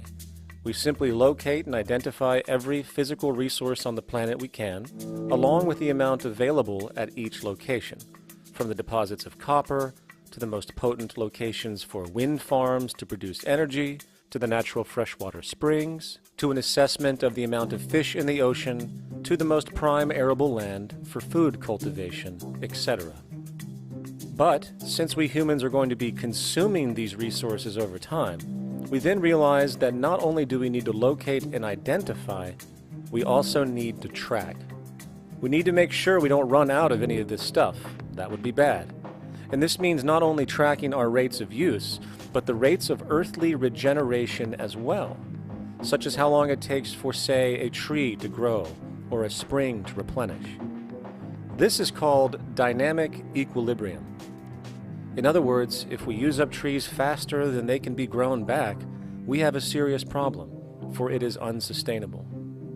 So then, how do we track this inventory, especially when we recognize that all of this stuff is scattered everywhere? We have large mineral mines in what we call Africa, energy concentrations in the Middle East, huge tidal power possibilities on the Atlantic coast of North America, the largest supply of fresh water in Brazil, etc. Well, once again, good old science has a suggestion. It's called systems theory. Systems theory recognizes that the fabric of the natural world, from human biology to the earthly biosphere to the gravitational pull of the solar system itself, is one huge synergistically connected system, fully interlinked. Just as human cells connect to form our organs, and the organs connect to form our bodies, and since our bodies cannot live without the earthly resources of food, air, and water, we are intrinsically connected to the earth, and so on. So, as nature suggests, we take all of this inventory and tracking data and create a system to manage it. a global resource management system, in fact, to account for every relevant resource on the planet. There is simply no logical alternative if our goal as a species is survival in the long run. We have to keep track as a whole. That understood, we can now consider production. How do we use all this stuff? What will our process of production be, and what do we need to consider to make sure it is as optimized as possible to maximize our sustainability? Well, the first thing that jumps right out at us is the fact that we need to constantly try and preserve. The planet's resources are essentially finite, so it is important that we be strategic. Strategic preservation is key. The second thing we recognize is that some resources are really not as good as others in their performance. In fact, some of this stuff, when put into use, has a terrible effect on the environment, which invariably hinders our own health. For example, oil and fossil fuels, no matter how you cut it, release some pretty destructive agents into the environment. Therefore, it is critical we do our best to use such things only when we really have to, if at all. Fortunately for us, we see a ton of solar, wind, tidal, wave, heat differential, and geothermal possibilities for energy production, so we can strategize objectively about what we use and where to avoid what could be called negative retroactions, or anything that results from production or use that damages the environment and hence ourselves. We will call this strategic safety to couple in with our strategic preservation. But production strategies do not stop there. We are going to need an efficiency strategy for the actual mechanics of production itself. And what we find is that there are roughly 3 specific protocols we must adhere to. 1. Every good we produce must be designed to last as long as possible. Naturally, the more things break down, the more resources we are going to need to replace them, and the more waste produced. 2. When things do break down or are no longer usable for whatever reason, it is critical that we harvest or recycle as much as we possibly can. So the production design must take this into account directly at the very earliest stages. 3. Quickly evolving technologies, such as electronics, which are subject to the fastest rates of technological obsolescence, would need to be designed to foreshadow and accommodate physical updates. The last thing we want to do is throw away an entire computer system just because it has only one broken part or is outdated. So we simply design the components to be easily updated, part by part, standardized and universally interchangeable, foreshadowed by the current trend of technological change. And when we realize that the mechanisms of strategic preservation, strategic safety, and strategic efficiency are purely technical considerations, devoid of any human opinion or bias, we simply program these strategies into a computer which can weigh and calculate all the relevant variables, allowing us to always arrive at the absolute best method for sustainable production based on current understandings. And while that might sound complex, all it is a glorified calculator. Not to mention such multivariate decision-making and monitoring systems are already used across the world today for isolated purposes. It is simply a process of scaling it out. So, now we not only have our resource management system, but also a production management system, both of which are easily computer automated to maximize efficiency, preservation, and safety. The informational reality is that the human mind, or even a group of humans, cannot track what needs to be tracked. It must be done by computers, and it can be. And this brings us to the next level, distribution. What sustainability strategies make sense here? Well, since we know that the shortest distance between 2 points is a straight line, and since energy is required to power transport machines, the less transport distance, the more efficient. Producing goods in one continent and shipping them over to another only makes sense if the goods in question simply cannot be produced in the target area. Otherwise, it is nothing but wasteful. We must localize production so distribution is simple, fast, and requires the least amount of energy. We'll call this the proximity strategy.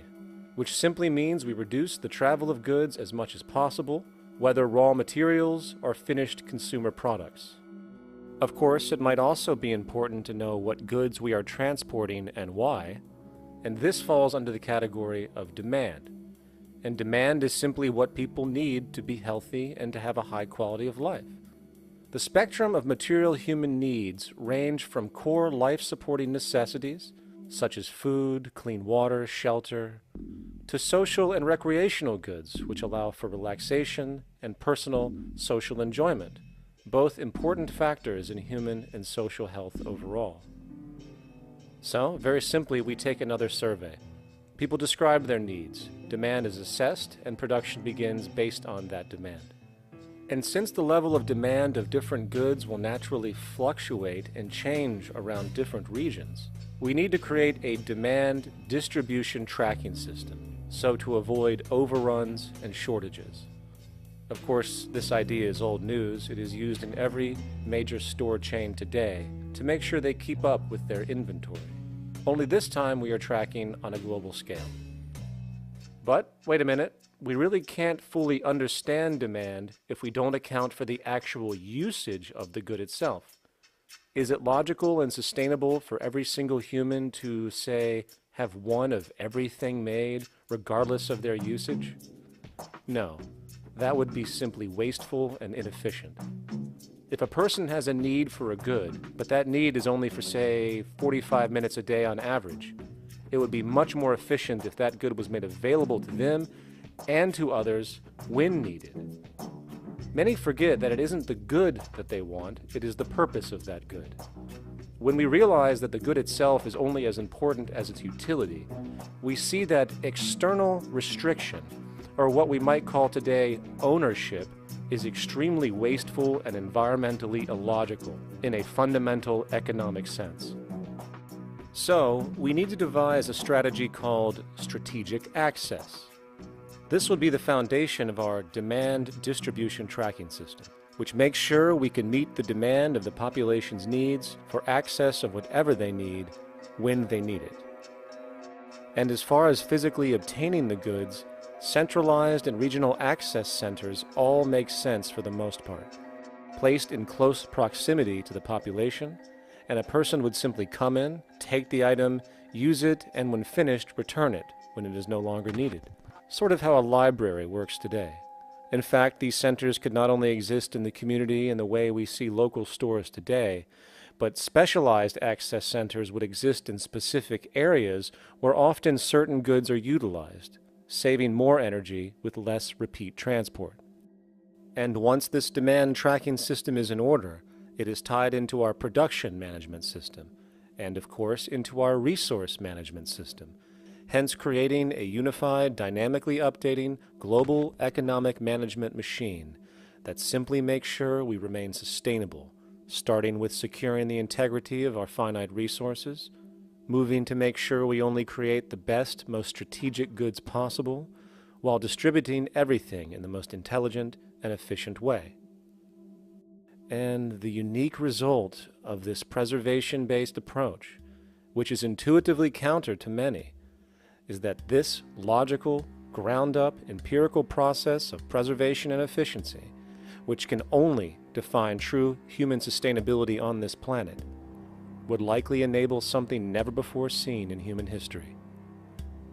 Access abundance, not just for a percentage of the global population, but the entire civilization.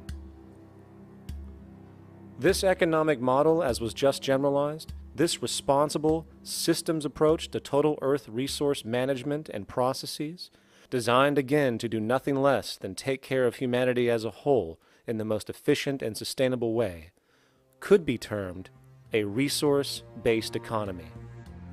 The idea was defined in the 1970s by structural engineer Jacque Fresco. He understood back then that society was on a collision course with nature and itself, unsustainable on every level. And if things didn't change, we would destroy ourselves one way or another. All these things you're saying, Jacque, could they be built with what we know today, or are some of these things, are you guessing based on what we know today? No. All of these things can be built with what we know today. It would take 10 years to change the surface of the earth, to rebuild the world into a second Garden of Eden. The choice lies with you. The stupidity of a nuclear arms race, the development of weapons, trying to solve your problems politically by electing this political party or that political party, that all politics is immersed in corruption. Let me say it again.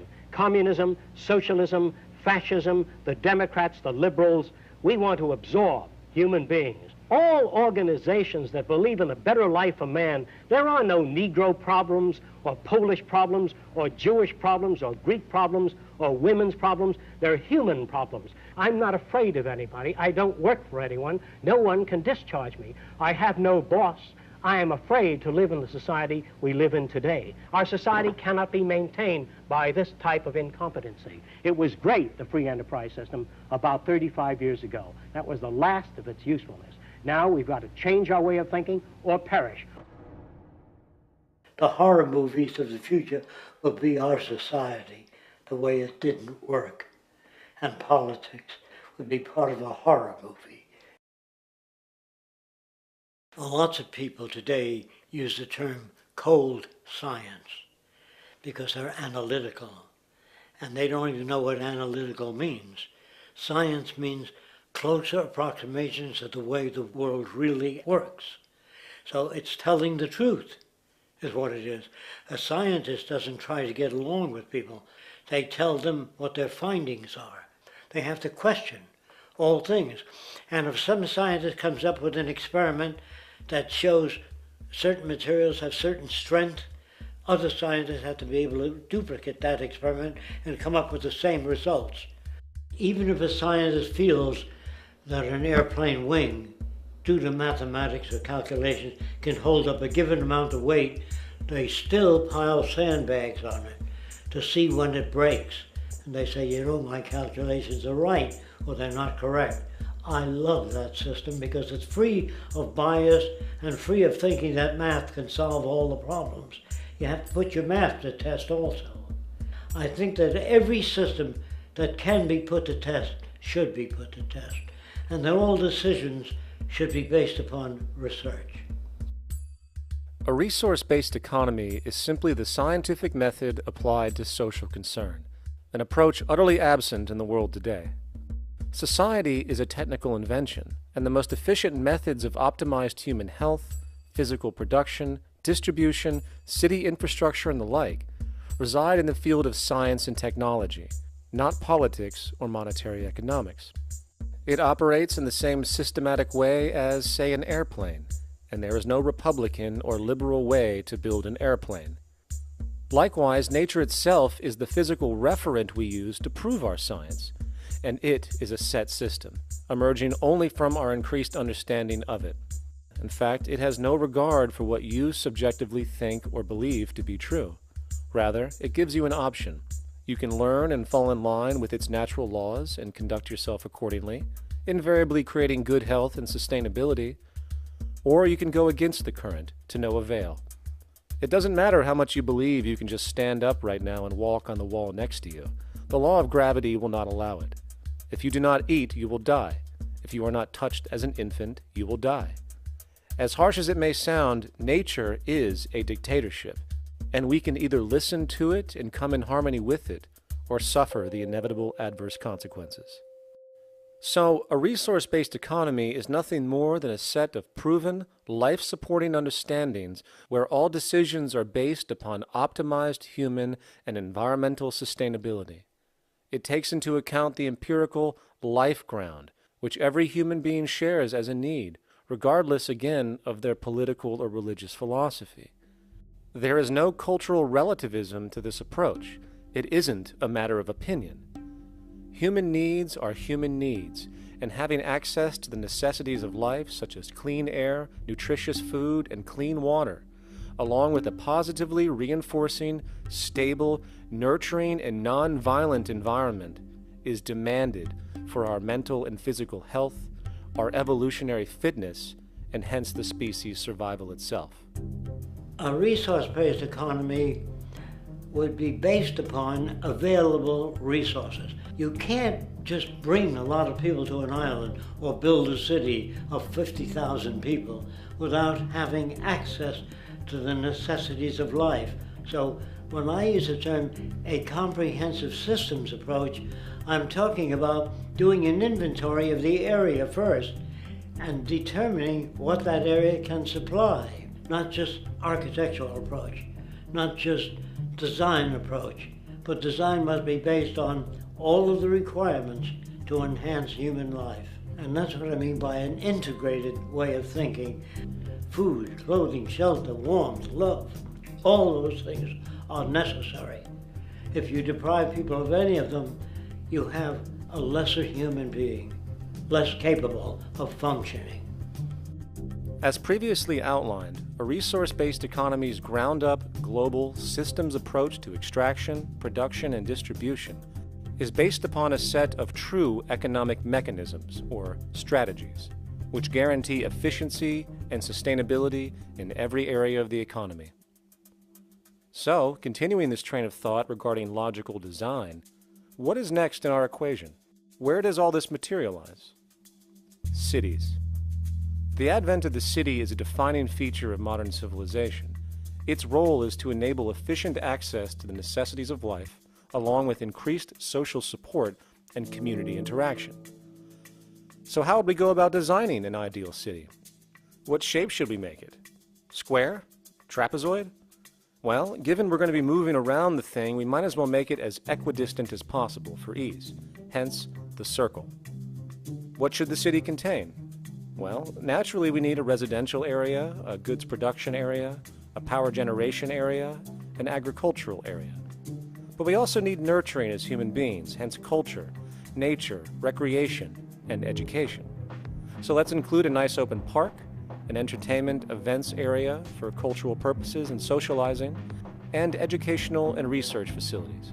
And since we're working with a circle, it seems rational to place these functions in belts based on the amount of land required for each goal, along with ease of access. Very good. Now, let's get down to specifics. First, we need to consider the core infrastructure, or intestines, of the city organism. These would be the water, good, waste, and energy transport channels. Just as we have water and sewage systems under our cities today, we would extend this channeling concept to integrate waste recycling and delivery itself. No more mailmen or garbage men. It is built right in. We could even use automated pneumatic tubes and similar technologies. Same goes for transport. It needs to be integrated and strategically designed to reduce or even remove the need for wasteful, independent automobiles. Electric trams, conveyors, transveyors, and maglevs, which can take you virtually anywhere in the city, even up and down, along with connecting you to other cities as well. And of course, in the event an automobile is required, it is automated by satellite for safety and integrity. In fact, this automation technology is in working order right now. Automobile accidents kill about 1.2 million people every single year, injuring about 50 million. This is absurd and doesn't have to occur. Between efficient city design and automated driverless cars, this death toll can be virtually eliminated. Agriculture. Today, through our haphazard, cost-cutting industrial methods, using pesticides, excessive fertilizers, and other means, we have successfully destroyed much of the arable land on this planet, not to mention also extensively poisoning our bodies. In fact, industrial and agricultural chemical toxins now show up in virtually every human being tested, including infants. Fortunately, there is a glaring alternative: the soilless mediums of hydroponics and aeroponics, which also reduce nutrient and water requirements by up to 75% of our current usage. Food can now be organically grown on an industrial scale in enclosed vertical farms, such as in 50-story 1-acre plots, virtually eliminating the need for pesticides and hydrocarbons in general. This is the future of industrial food cultivation, efficient, clean, and abundant. So, such advanced systems would be, in part, what comprise our agricultural belt, producing all the food required for the entire city's population, with no need to import anything from the outside, saving time, waste, and energy. And speaking of energy, the energy belt would work in a systems approach to extract electricity from our abundant renewable mediums, specifically wind, solar, geothermal, and heat differentials, and if near water potentials, tidal and wave power. To avoid intermittency and make sure a positive net energy return occurs, these mediums would operate in an integrated system, powering each other when needed, while storing excessive energy to large supercapacitors under the ground, so nothing can go to waste. And not only does the city power itself, particular structures will also power independently and generate electricity through photovoltaic paints, structural pressure transducers, the thermocouple effect, and other current but underutilized technologies. But of course, this begs the question, how does this technology and goods in general get created in the first place? This brings us to production. The industrial belt, apart from having hospitals and the like, would be the hub of factory production. Completely localized overall, it would of course obtain raw materials by way of the global resource management system just discussed, with demand being generated by the population of the city itself. As far as the mechanics of production, we need to discuss a new, powerful phenomenon which was sparked very recently in human history and is on pace to changing everything. It's called mechanization, or the automation of labor. Well, if you look around you, you'll notice that almost everything that we use today is built automatically. Your shoes, your clothes, your home appliances, your car, and so on, they are all built by machines in an automatic way. Can we say that the society has not been influenced by these major technological advancements? Of course not. These systems really dictate new structures and new needs, and they make a lot of other things obsolete. So we've been going up in the development and use of technology in an exponential way.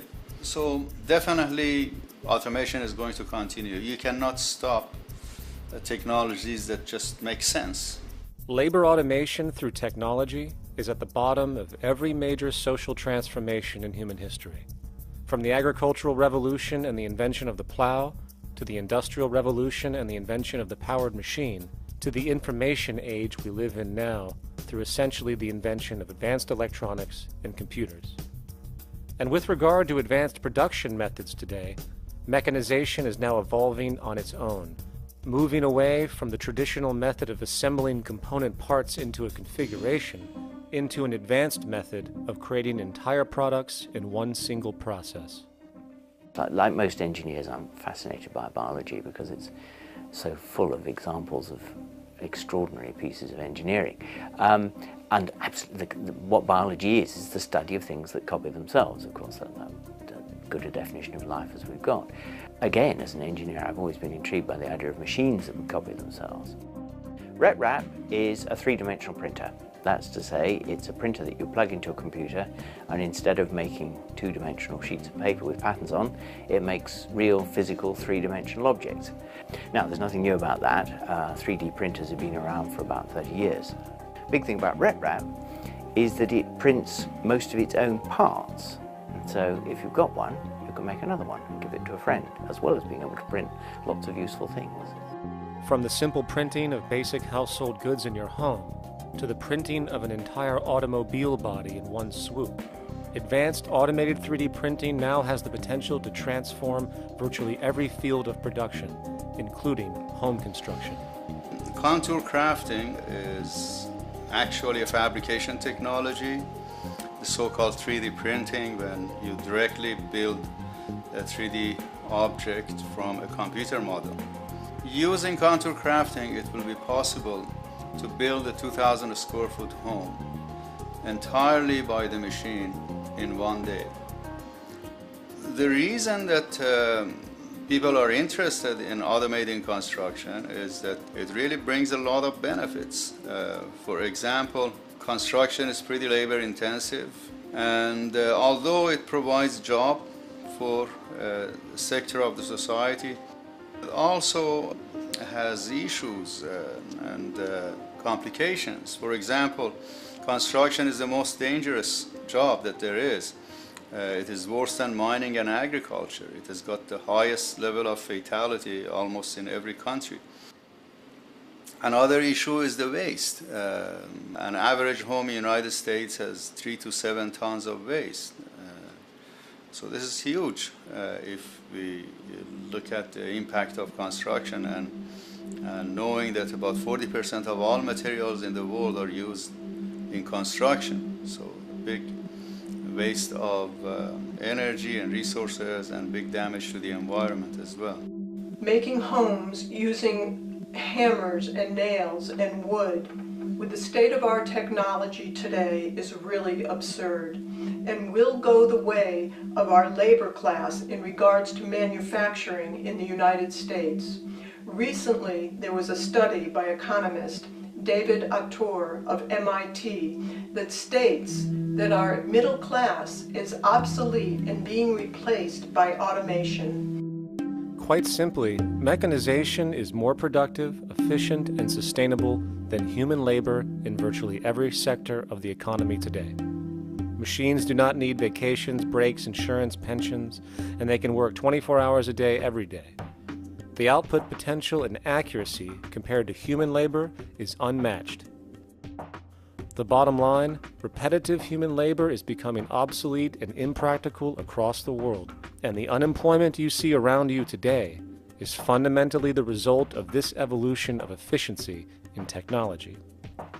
For years, market economists have dismissed this growing pattern, which could be called technological unemployment, because of the fact that new sectors always seem to emerge to reabsorb the displaced workers. Today, the service sector is the only real hub left and currently employs over 80% of the American workforce, with most industrialized countries maintaining a similar proportion. However, this sector is now being challenged increasingly by automated kiosks, automated restaurants, and even automated stores. Economists today are finally acknowledging what they have been denying for years. Not only is technological unemployment exacerbating the current labor crisis we see across the world due to the global economic downturn, but the more the recession deepens, the faster the industries are mechanizing. The catch, which is not realized, is that the faster they mechanize to save money, the more they displace people, the more they reduce public purchasing power. This means that while the corporation can produce everything more cheaply, fewer and fewer people will actually have money to buy anything, regardless of how cheap they become. The bottom line is that the labor for income game is slowly coming to an end. In fact, if you take a moment to reflect on the jobs which are in existence today, which automation could take over right now if applied, 75% of the global workforce could be replaced by mechanization tomorrow. And this is why, in a resource-based economy, there is no monetary market system, no money at all, for there is no need. A resource-based economy recognizes the efficiency of mechanization and accepts it for what it offers. It doesn't fight it like we do today. Why? Because it is irresponsible not to, given any interest in efficiency and sustainability. And this brings us back to our city system. In the center is the central dome, which not only houses the educational facilities and transportation hub, it also hosts the mainframe that runs the city's technical operations. The city is, in fact, one big automated machine. It has sensors in all technical belts to track the progress of agriculture, energy gathering, production, distribution, and the like. Now, would people be needed to oversee these operations in the event of a malfunction or the like? Most probably yes, but that number would decrease over time as improvements continue. However, as of today, maybe 3% of the city population would be needed for this job when you break it down. And I can assure you that in an economic system which is actually designed to take care of you and secure your well-being, without you having to submit to a private dictatorship on a daily basis, usually to a job that is either technically unnecessary or socially pointless, while often struggling with debt that doesn't exist just to make ends meet. I guarantee you people will volunteer their time left and right to maintain and improve a system that actually takes care of them. And coupled with this issue of incentive comes the common assumption that if there isn't some external pressure for one to work for a living, people will just sit around, do nothing, and turn into fat, lazy blobs. This is nonsense. The labor system we have today is in fact the generator of laziness, not a resolver of it. If you think back to when you were a child, full of life, interested in new things to understand, likely creating and exploring, but as time went on, the system pushed you into the focus of figuring out how to make money. And from early education to study at a university, you are narrowed, only to emerge as a creature which serves as a cog in a wheel in a model that sends all the fruits to the upper 1%. Scientific studies have now shown that people are, in fact, not motivated by monetary reward when it comes to ingenuity and creation. The creation itself is the reward.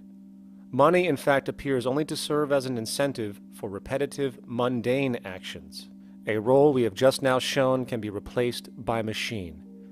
So when it comes to innovation, the actual use of the human mind, the monetary incentive has proven to be a hindrance, interfering and detracting from creative thought.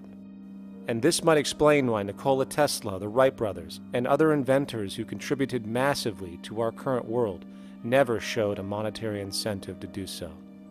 Money is, in fact, a false incentive and causes 100 times more distortion than it does contribution. Good morning, class. Please settle down.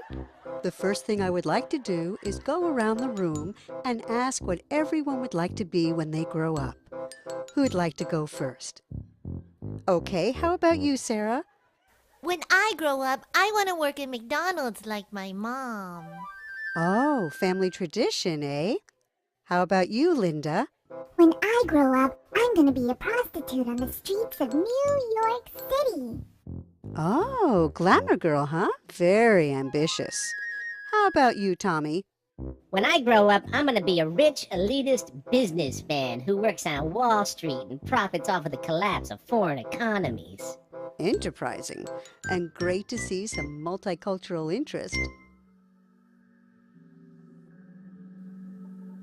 As stated before, a resource-based economy applies the scientific method to social concern, and this isn't limited to simply technical efficiency.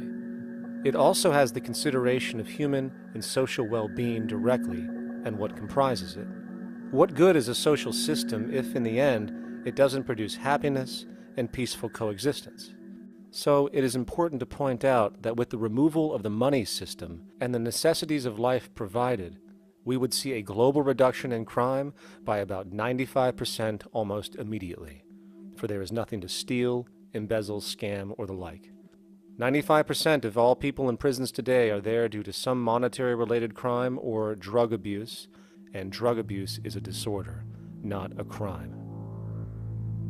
So what about the other 5%, the truly violent, often seeming to some as being violent for the sake of being violent?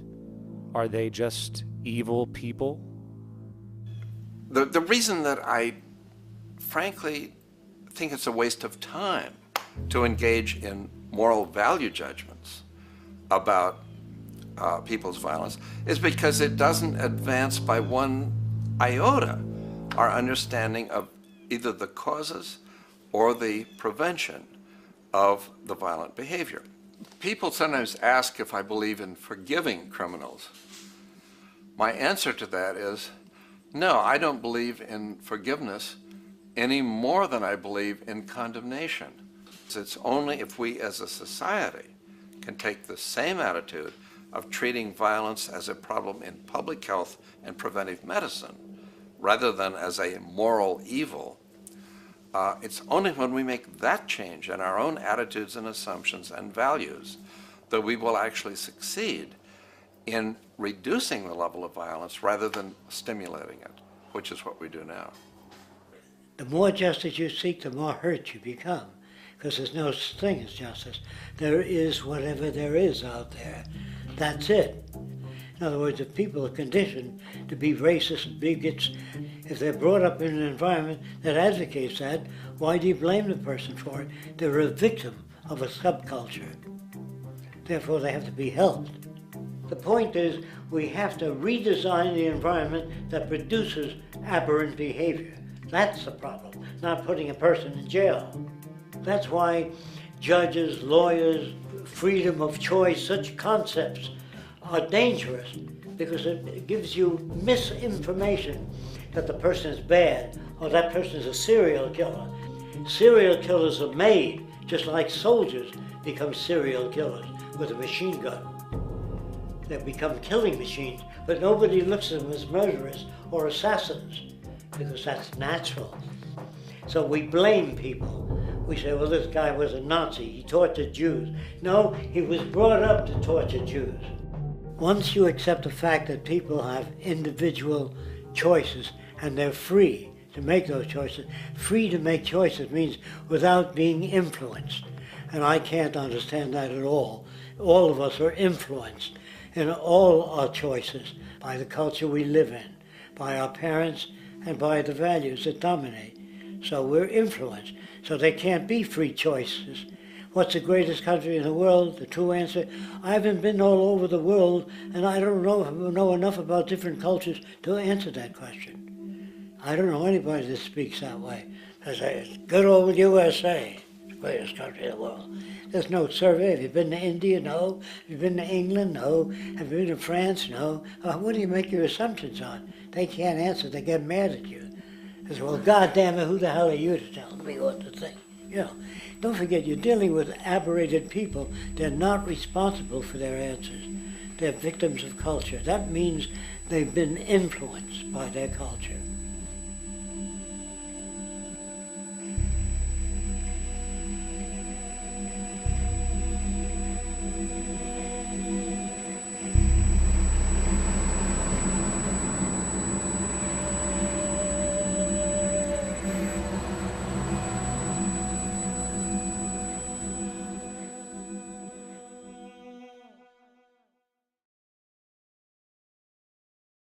When we consider a resource-based economy, there are often a number of arguments that tend to come up with regard to the efficiency. Now hold on just a minute. Yes? I know what this is. This is called Marxism, buddy. Stalin killed 800 billion people because of ideas like this. My father died in the gulag. Hold on. Communist, fascist. You don't like America, you should just leave. All right, everybody just calm down. Death to the New World Order. Death to the New World Order. And as the irrationality of the audience grew, shocked and confused, suddenly the narrator suffered a fatal heart attack. And the seemingly communist propaganda film was no more.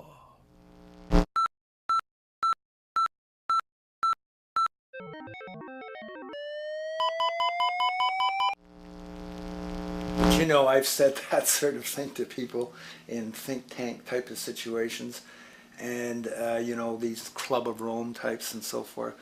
Marxist? What Marxist? Where did that come from? You know, they got this icon they hold on to as their holy grail, and it's such an easy one, you know. People ask if I'm a socialist or a communist or a capitalist, and I say I'm none of the above. And why do you think that those are the only options? All of those political constructs were created by writers who assumed that we lived on a planet of infinite resources. Not a one of those political philosophies even contemplates that there might be a shortage of anything. I believe that communism, socialism, free enterprise, fascism are part of social evolution, that you can't take a giant step from one culture to another, but they're in-between systems. Before there's any ism, we've got a life ground, and the life ground is, as I just described most easily, it's all the conditions required to take your next breath, and that involves the air you breathe, the water you get, the safety you have, the education you can access, all these things that we share and use and that no life in any culture can do without. So we've got to reset down to the life ground, and the life ground is no longer any ism. It's life value analysis. It's simply a matter of historical fact that the dominant intellectual culture of any particular society reflects the interest of the dominant group in that society. In a slave-owning society, the beliefs about human beings and human rights and so on will reflect the needs of the slave owners. In a society which again is based on the power of certain people to control and profit from the lives and work of millions of others, the dominant intellectual culture will reflect the needs of the dominant group. And so that if you look across the board, the ideas that pervade psychology and sociology and history and political economy and political science fundamentally reflect certain elite interests. And the academics who question that too much tend to get shunted to the side or to be seen as sort of radicals. The dominant values of a culture tend to support and perpetuate what is rewarded by that culture. And in a society where success and status is measured by material wealth, not social contribution, it is easy to see why the state of the world is what it is today. We are dealing with a values system disorder, completely denatured, where the priority of personal and social health have become secondary to the detrimental notions of artificial wealth and limitless growth. And like a virus, this disorder now permeates every facet of government, news media, entertainment, and even academia. And built into its structure are mechanisms of protection from anything that might interfere. Disciples of the monetary market religion, the self-appointed guardians of the status quo, constantly seek out ways to avoid any form of thought which might interfere with their beliefs, the most common of which are projected dualities. If you are not a Republican, you must be a Democrat. If you are not a Christian, you might be a Satanist. And if you feel society can be greatly improved to consider perhaps, I don't know, taking care of everyone, you're just a utopianist. And the most insidious of them all, if you are not for the free market, you must be against freedom itself. I'm a believer in freedom. Every time you hear the word freedom being said anywhere or government interference said anywhere, it means, decoded, blocking maximization of turning money into more money for private money possessors. That's it. Every other thing they'll say, oh, we need more commodities for people, oh, this is freedom against tyranny and so forth. Every time you see it, you can decode it down to that. And I think you'll find a one-to-one correlation with every time they use it. And this is a sense in which we might call it's a syntax, a governing syntax of understanding and of value, so that it governs beneath their own recognition of it. So they may not say, oh, I didn't mean that at all, but in fact, that's what they do. Just like you may speak a grammar, and you have rules of grammar you follow without recognizing what the rules are. And so what we have is what I call the ruling value syntax that underlies this. So every time they use these words, government interference, lack of freedom, or progress, or development, you can decode them all to come back to mean that. Of course, when you hear the word freedom, it tends to be in the same sentence with something called democracy. It's fascinating how people today seem to believe that they actually have a relevant influence on what their government does, forgetting that the very nature of our system offers everything for sale. The only vote that counts is the monetary vote, and it doesn't matter how much any activist yells about ethics or accountability. In a market system, every politician, every legislation, and hence every government is for sale. And even with the $20 trillion bank bailout starting in 2007, an amount of money which could have changed, say, the global energy infrastructure to fully renewable methods, instead going to a series of institutions that literally do nothing to help society, institutions that could be removed tomorrow with no recourse. The blind conditioning that politics and politicians exist for the public well-being still continues. The fact is, politics is a business, no different than any other in a market system, and they care about their self-interest before anything else. I don't really, honestly, deep down believe in political action. I think the system contracts and expands as it wants to. It accommodates these changes. I think the civil rights movement was an accommodation on the part of those who own the country. I think they see where their self-interest lies. They see a certain amount of freedom seems good, an illusion of liberty. Give these people a voting day every year so that they'll have the illusion of meaningless choice. Meaningless choice that we go like slaves and say, "Oh, I voted." The limits of debate in this country are established before the debate even begins, and everyone else is marginalized. They're made to seem either to be communists or some sort of disloyal person. A kook, there's a word. And now it's conspiracy. Say, they've made that something that should not be even entertained for a minute, that powerful people might get together and have a plan. Doesn't happen. You're a kook. You're a conspiracy buff. And of all the mechanisms of defense of this system, there are two that repeatedly come up. The first is this idea that the system has been the cause of the material progress we have seen on this planet. Well, no. There are basically two root causes which have created the increased so-called wealth and population growth we see today. One, the exponential advancement of production technology, hence scientific ingenuity.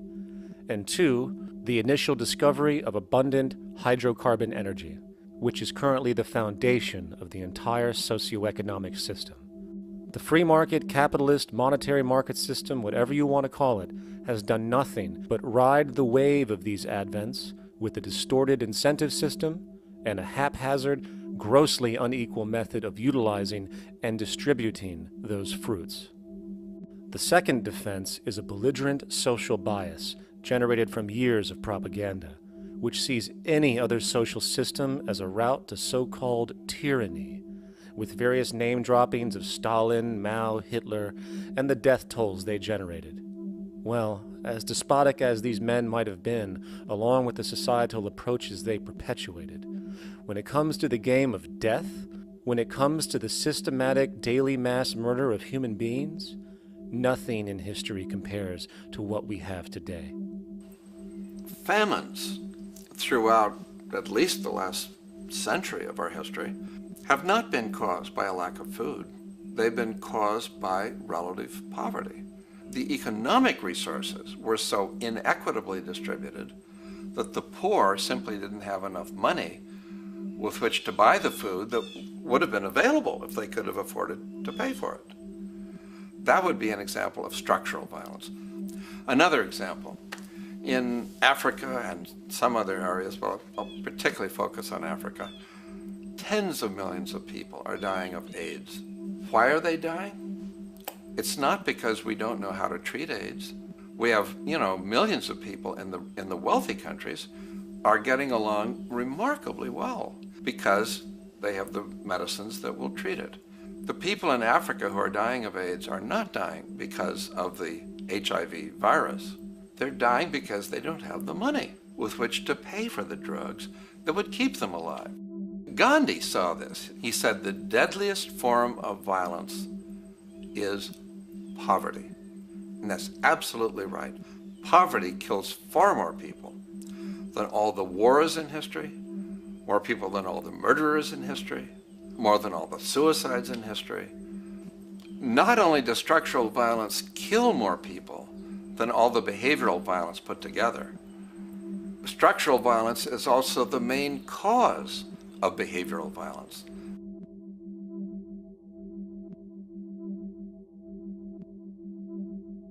Oil is the foundation of, and it is present throughout the edifice of human civilization. There are 10 calories of hydrocarbon energy, oil and natural gas, in every calorie of food you and I eat in the industrialized world. Fertilizers are made from natural gas. Pesticides are made from oil. You drive oil-powered machines to plant, plow, irrigate, harvest, transport, package. You wrap the food in plastic, that's oil. All plastic is oil. There are 7 gallons of oil in every tire. Oil is everywhere. It's ubiquitous. And it's only because of oil that there are 7 billion people, or almost 7 billion people on this planet right now.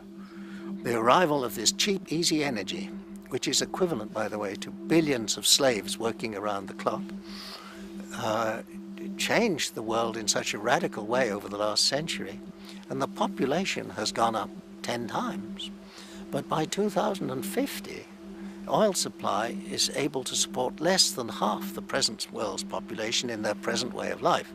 So the scale of adjustment to live differently is just enormous. The world is now using 6 barrels of oil for every barrel it finds. 5 years ago, it was using 4 barrels of oil for every barrel it finds. A year from now, it's going to be using 8 barrels of oil for every barrel it finds. What's disturbing to me is the lack of any real effort from governments worldwide or industry leaders worldwide to do something different.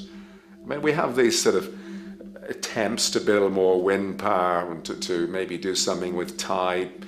We've got attempts to make our cars a little bit more efficient.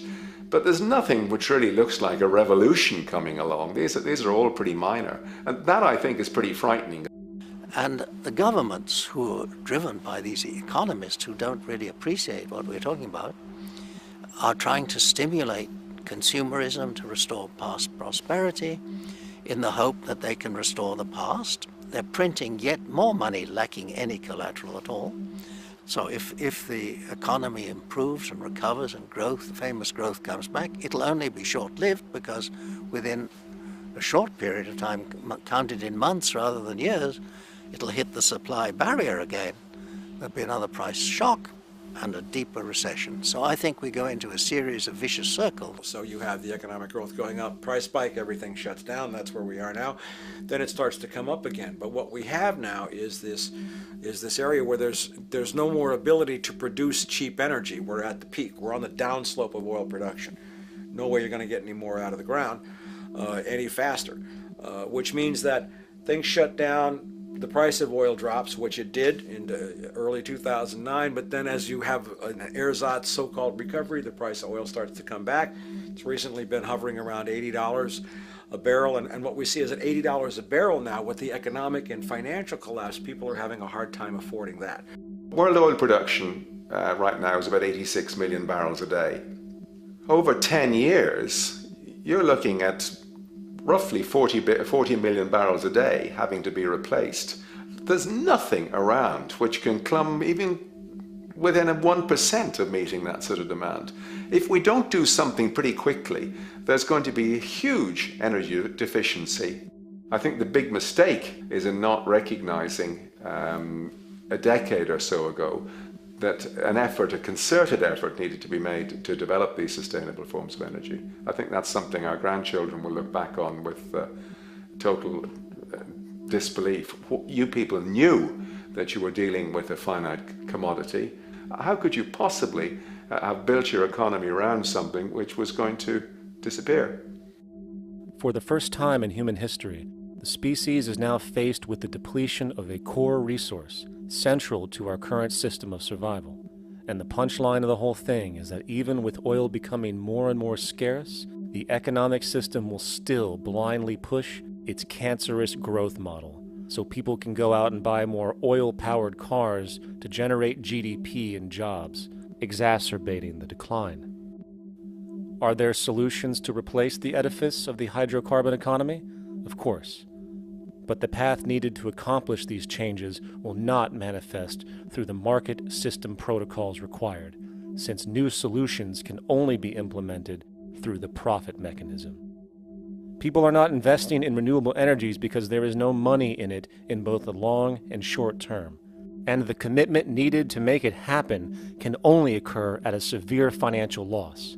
Hence, there is no monetary incentive, and in this system, if there's no monetary incentive, things do not happen. And on top of it all, peak oil is just one of many surfacing consequences of the environmental social train wreck gaining speed today. Other declines include freshwater, the very fabric of our existence, which is currently showing shortages for 2.8 billion people, and those shortages are on pace to reach 4 billion by 2030. Food production, the destruction of arable cropland, from which 99.7% of all human food comes from today, is occurring up to 40 times faster than it is being replenished. And over the last 40 years, 30% of the arable land has become unproductive. not to mention that hydrocarbons are the backbone of agriculture today, and as it declines, so will the food supply. As far as resources in general, at our current patterns of consumption, by 2030 we will need 2 planets to continue our rates, not to mention the continual destruction of life-supporting biodiversity, causing extinction spasms and environmental destabilization across the globe. And with all of these declines, we have the near exponential population growth, where by 2030 there might be over 8 billion people on this planet. Energy production alone would need to increase 44% by 2030 to meet such demand. And again, since money is the only initiator of action, are we to expect that any country on the planet is going to be able to afford the massive changes needed to revolutionize agriculture, water processing, energy production, and the like, when the global debt pyramid scheme is slowly shutting the entire world down? Not to mention the fact that the unemployment you currently see is going to become normality due to the nature of technological unemployment. The jobs are not coming back. And finally, a broad social perspective. From 1970 to 2010, poverty on this planet doubled due to this system. And given our current state, do you honestly think we will see anything less than more doubling, more suffering, and more mass starvation? There is not going to be any recovery. This is not some long depression that we're someday going to pull out of. I think the next phase we're going to see after the next round of economic collapse is massive civil unrest, when employment checks stop being paid because the states have no money left. And when things get so bad that people lose confidence in their elected leaders, they will demand change if we don't kill each other in the process or destroy the environment. I'm just afraid that we might get to the point of no return. And that bothers me no end. We do all we can to avoid that condition. It's clear that we're on the verge of a great transition in human life.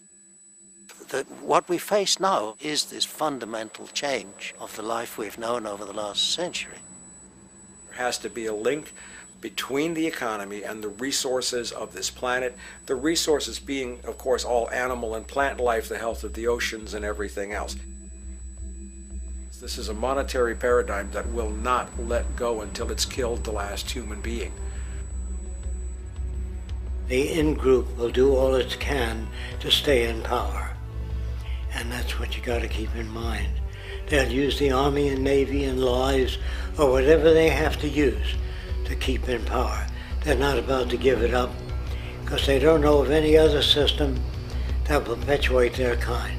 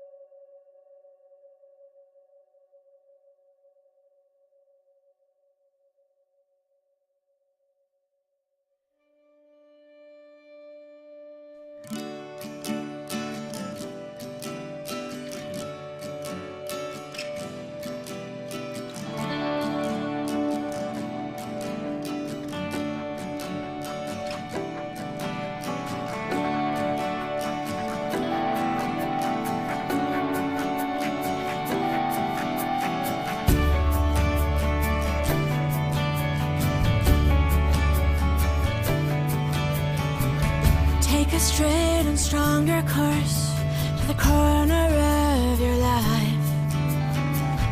Just remember that the goal is for us all to capture all we want. We have to don't surround yourself with yourself. Move on back to squares. Send an instant karma to me, and I shall live with love and care for yourself. 'Cause it's time and time with your time, and its news is captured